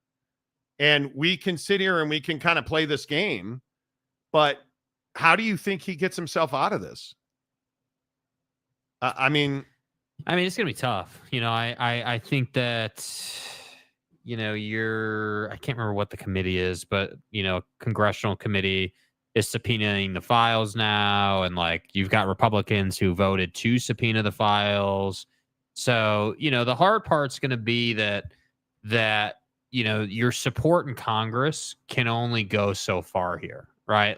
At some point, people can't be seen to be supporting someone who allegedly did certain things. And I think that, what's really a tough pickle to be in, honestly, is that you ran on transparency, and seemingly by the day, whether it's Elon or whoever you want to point to, is now saying, those files need to come out, and we ran on transparency, and I'm not going to lose my seat because you want to hide these. Or if you're Elon, you're running an absolutely flaming case of I told you so, because he tweeted 3 weeks ago or whenever they were having their fight that he was on the list. And now today, it's being reported that he's on the list. So I think, it's a difficult thing. And no, I don't know how. I think that, the other thing I'm noticing is it feels like the concept of something happens, deflect, don't answer the question, light another fire, that technique and strategy, I feel like people are catching on to that now. And it's not just Elon highlighting that. I've seen a lot of other conservative pundits talking about it. Yeah. And I don't know how you get around this, because even the whole, hey, Obama, Biden made up this list or whatever, strategy, even that's getting blown up by your own talking head people, because the video is out there of you saying in 2018 that you believe the findings, that nothing happened. So I don't know how you now are backtracking on that when in 2018 you said you were good with it. I don't know. I really don't know. So when you ask how do you get out of this or how do you get around it? I don't know. I'm guessing the best strategy, honestly, is to just take it on the chin and then spin it. I'm on the list. This is why, and then spin it somehow. But I don't know. I don't know what the spin would look like here. So I don't know either. I think it is very difficult when you look at the way that the last week has gone. This has been a disaster of a week. I mean, Right. his lawsuit against the Wall Street Journal, now the Wall Street Journal removed from his press pool for his European trip. Now the Wall Street Journal reporting that he was told in May that he was in the Epstein files. Like, and then this Tulsi Gabbard thing, like she claims today that she's referring Barack Obama to the Justice Department for criminal prosecution. Well, all of this forgets that a special prosecutor already investigated this during Trump's first term, and they're not in any way accusing Barack Obama of a crime, which nobody seems to understand. And Barack Obama is on the record on press conferences, did press conferences in December of 2015, I guess that was, whatever the election year was, and 2016. And he is saying exactly the opposite in press conferences, he did a public disclosure. Then you hired a special investigator, a special counsel who found absolutely nothing. Like, this is comic land now. And there's no way to get around this, man. Like, it's very difficult. I just don't know how you fix it. And I think the other thing too is, like, now it's, again, based on the reporting, it looks like you knew about it in May and you've been lying about it the whole time, which that to me is the bigger deal. Like, I think there was a pretty large portion of our population that kind of figured you were on the list only because you guys were so close. Like it's pretty well documented that him and Jeff were pretty close. So I don't think anyone's really surprised that dude's on the list. I think what people are surprised about is that he knew in May allegedly and lied about it multiple times. Yeah. And I don't know how you just walk that back. So I don't think you can walk it back. I think so. If you're not going to walk it back, then you're dying on the hill of it's made up. And can you extricate yourself from this?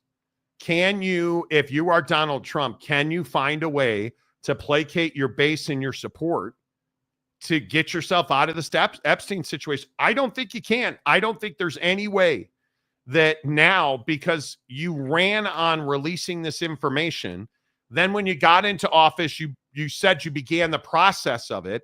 Then when you allegedly, according to the Wall Street Journal, found out in May that you were in the files, then you completely went 180. And now all your supporters are like, well, if he was in there, and why didn't Biden release it? Oh, yeah, because they were under seal during the Biden years because of a DOJ investigation. So they didn't have access to it. Why didn't Obama release it then? Well, because the Jeffrey Epstein files weren't a thing during Obama's term, because when did Jeffrey Epstein go to jail? During Donnie's first term as president. When did he die? 2019. Die sorts and stuff. Yeah. Like, you can only hang so much stuff on Barack Obama, right? Like, you can only try to blame him for so much stuff. Yeah. And for my money, I think it's one of these things where he has to release all of the information. And it is either that he is in those files, which the Wall Street Journal is reporting, that he was told in May he was in those files, or a lot of his very close friends, associates, cabinet members, people very close to him are in those files. And we can keep talking about what Barack Obama did, and we can keep talking about what Joe Biden did, and we can keep talking about what the Democrats did. You need to release these files because you sued the Wall Street Journal. You revoked their access to you because they reported now what looks like a true story, because now they have more sourcing and reporting that says the DOJ told Donald Trump in May he was in those files. And what happened in May? A 180-degree turn by the Trump administration on releasing those files. Mm-hmm. And I think a really salient point has been made about his efforts to distract by saying, well, we asked the court, we've made a request to the court to release the grand jury testimony. It's never happened. You guys understand that grand jury testimony is almost never released. It's never in this country on this scale ever been released to the public. It is only unsealed and released to I mean, a minuscule set of circumstances that includes the Department of Justice and the FBI in an investigation. However, they are still sealed to the public and only made available to those agencies. And it would be illegal for the FBI or the Department of Justice to release them publicly. And so what did a judge do today? Declined. Because the argument that, well, we need a favor so that we can make Donald Trump a little more comfortable, we need to release that testimony. Yeah, that's not going to work. It is one of the worst jackpots I've ever seen a politician in. And I just wonder how you fix it. I really wonder how you fix it. Yeah. And I think there might not be any fixing it. Yeah. Truthfully, I think there might not be any fixing it, because I think when you start looking at the way this is played out, I mean, can you, well, yeah, sure. Do you think people are going to accept a heavily redacted version of the Epstein files? No. You promised full transparency. Yeah, and the Speaker of the House is promising full transparency. So, Yeah. I mean, that's what I'm saying. Like, this isn't just about Donald Trump. Like, yes, he's the poster child for it, but this is about the midterms and power in the back half of his term. Because, again, you and all your boys ran on draining the swamp and, full transparency and all of that. And nobody forced you to do that. You chose to do that. So you laid the groundwork for the position you're in right now. So again, when we go back and Republicans voted no on releasing it, now we're in a place where it's like, all right, well, now it's being subpoenaed, right? Now it's being subpoenaed by a congressional committee comprised of both Democrats and Republicans. All the Democrats voted yes to subpoenaing the files, and 3 of the 5 Republicans voted yes, 2 voted no. So, you're slowly losing support, right? At some point, you're putting your helpers in Congress in such a bad position that they can't do it anymore, or they will lose their seat. I mean, how do you expect these people to go back to their home states where they have to win their seat and win? You adjourned Congress so that you wouldn't have to deal with a vote on releasing the Epstein files. You quite literally, Mike Johnson, the Speaker of the House, said that you would rather protect the president than out child predators. Or at least that's how it's going to be framed in the midterms. This is bad for everybody. And you go look at right before the show started, Marjorie Taylor Greene was on a camera making a statement about it, and it was not flattering. Like, if you lose Marjorie MTG, whatever that crazy lady's name is, you lose her support. Good luck. Good luck, because there's no coming back from that. Like, you may not like Marge. She's got some support behind her, right? Like, she's got support. Okay, so I asked Grok Grok is the Twitter AI. I asked Grok, what should DJT do with the Epstein files? And Grok has officially answered me. This is my first. You guys probably think I'm kidding. I'm not. This is my first foray into the Grok madness, which is Elon's AI. Here's what Grok says, replying to me and Elon. Trump should direct the DOJ to release all legally permissible Epstein files for transparency, prioritizing victims' justice and exposing any elite involvement, regardless of party.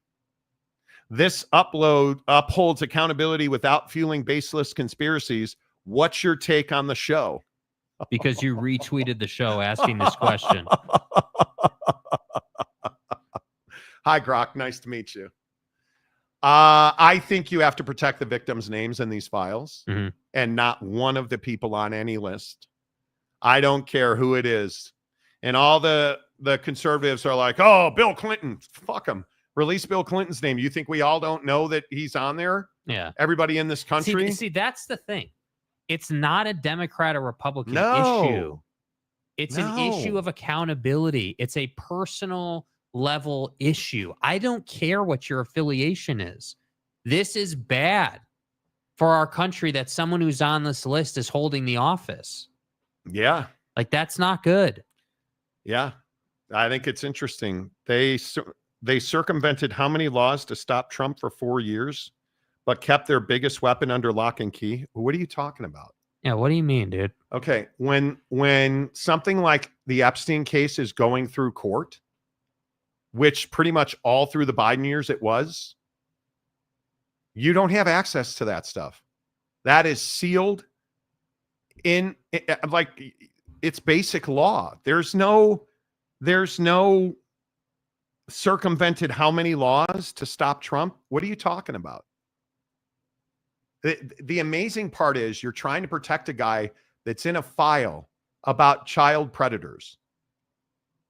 If in fact Donald Trump is in that file, which the Wall Street Journal is reporting today that since May, he's known his name was in that file because his Justice Department told him it was. You're arguing to keep it like, that's wild to me. What are you doing? That's we have come to a place in this country now where we can't have normal conversations. We can't have normal conversations. The idea that the Justice Department was holding back the Epstein files is ridiculous. If Joe Biden were president, wouldn't he, and Donald Trump was in those files, wouldn't he want to release them? Yes, I think he probably would. But they were under seal for a Department of Justice. Remember when the Department of Justice used to be separate? Yeah. They were under seal. He had no access to them. And I love all of the people who are saying, well, Barack Obama did this. Jeffrey Epstein wasn't a thing during Barack Obama's presidency. This wasn't a thing until the Trump administration. So you can try and spin this, you guys. He ran on a platform where he said, I'm going to release Area 51 files. Did it. I'm going to release everything about the Kennedy shootings. Did it. I'm going to release everything about about Martin Luther King. Did it. I'm going to release everything about Jeffrey Epstein. Didn't do it. And then when he said, well, there's nothing to release. There's nothing there. Come on, man. Come on. We're not stupid. Come on. Like, at some point, you got to stop defending the indefensible, right? Like, you got to stop. You got to stop. Greg Hawkins. I don't want to talk about it, Greg. More bad Cub pitching today. Sounds to me like there are people on both sides of the aisle who are implicated in those files, and so they're all colluding to cover it up. The idea that Biden held this back, do you really think that this is good for either party? Because both parties are going to take a beating with this. The only difference is that the Democrats don't have power right now, so they have nothing to lose. Do you understand? Again, I know I said this yesterday. Do you understand why he kept files? Do you understand let's say there's a client list or whatever you call it? Do you understand why Jeffrey Epstein record kept the way he did? He was trying to leverage people. He was trying to allegedly blackmail people. So he kept visitor logs from the island. He kept visitor logs and flight logs from the plane.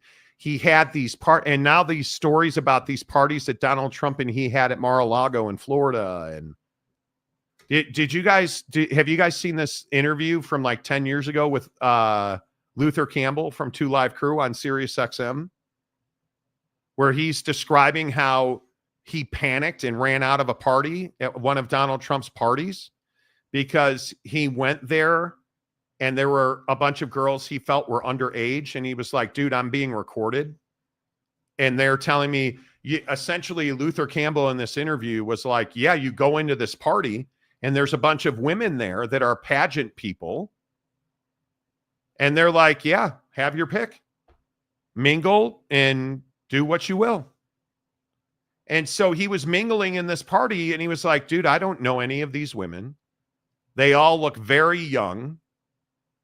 And Luther Campbell was like, I was standing there thinking to myself, he said something like, wait, are they videotaping me? Look at all these young women. Are they? And he said he left in a panic and he never looked back. Did Donald Trump sue him for telling that story on Sirius XM radio? Nope, he didn't. Is he suing the Wall Street Journal because they lied? He's not. Why is he suing the Wall Street Journal? To try and suppress the story. Did it work?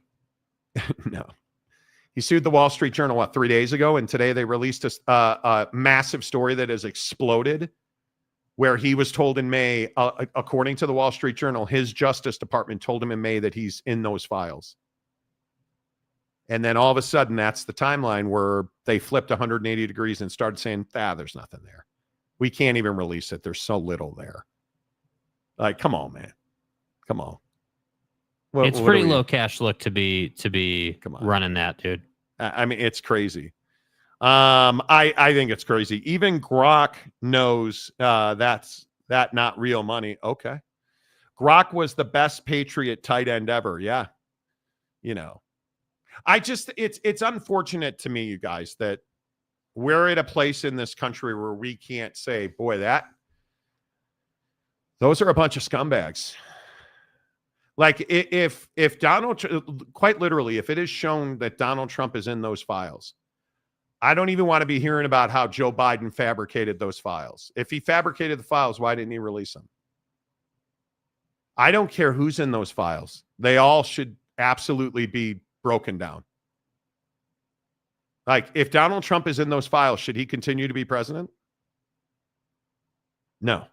If any banker, if any politician, if any wealthy oilman, if the garbage man from your block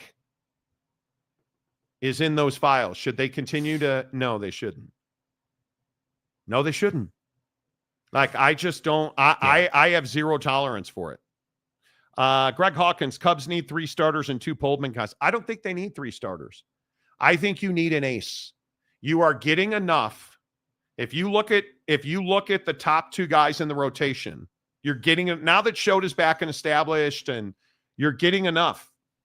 The issue for me is, I agree, you need a very solid 7th, 8th, and 9th inning guy. And I think when we start looking at the Cubs and you start looking at the issues for the Cubs, you're 60-42, and you don't have a bullpen. And the bigger problem is the bullpen is probably okay because it's been better than we all thought it would be. Mm-hmm. But you're asking the bullpen to do a lot because you don't have a starting pitcher. And you look at Colin Ray today. I mean, the guy's pitched 102 innings and given up 103 hits and 46 earned runs, 19 bombs. Is that good? No, it's bad. You've got Shota and Matthew Boyd, and that is the extent of it. Because even when Tyone was healthy, was he anything to write home about? He wasn't. He certainly was not. And I look at the back end of the bullpen. Daniel Palencia has been good. The guy throws 100 miles an hour and can dot a corner. If he's your 8th or 9th inning guy, I'm good with that. Ryan Presley is a pile of scrap, right? You look at these guys, the minimum bar in Major League Baseball is you should have fewer hits than innings pitched. How many guys in the bullpen have that? Well, I can tell you right now, it is not Porter Hodge, who's got 25 hits in 23 innings, including 6 bombs. It's not Chris Flexen, who's got 5 bombs, although he does have 30 hits in 39 innings, and he's not been bad. But it is the issue on this ball club that the back end of the bullpen has got to get better. It's got to get better. And you need, at a minimum, you need an ace and a third baseman. If you put those 2 teams, if you put those 2 items on this Chicago Cubs team, they're going to the playoffs. And then all bets are off. If you do nothing, and I do not believe they will do nothing. But if the Cubs did nothing, it is a travesty. It is absolutely a travesty if they do nothing. Okay, before we leave, and only because he paid us $10, James wants to get into theology and Bible verses. Wrong show. Bro, we were kidding. It was a joke. I appreciate the $10. It's a porcupine Noah's Ark joke, dude. It like, you know. I appreciate the $10. Why must we talk about stupid baseball? Because if we're not talking about stupid baseball, we're talking about stupid Victor. Because it's my show. Name's on the wall. I get to talk about whatever the hell I want to talk about. Yeah. That's the way the cookie crumbles. Yeah. Good times today. Appreciate you guys. We'll be back tomorrow here on the Monty Show. There's 19,000 of you watching the show right now. Please give us a thumbs up. If you are on, how many of you are on? Man, you guys are crushing it on X. I really appreciate all the people who watch this show on X. Thank you. We haven't had a show under 20,000 views this week on X. I really appreciate that. Thank you. Come on. If you're on X, please give us a retweet, follow. Please hit follow. Please follow us on X. Yes. Please come on over to YouTube, subscribe, and give us a thumbs up. The Monty Show, as always, is presented by the Advocates at theadvocates.com. The best injury attorneys in the business. Again, I'm telling you, in the last couple of weeks, we've had multiple members of our show get into accidents involving big rigs. It happens all the time. Those late summer family vacations where you're driving the family trucks through to Disneyland, please be careful.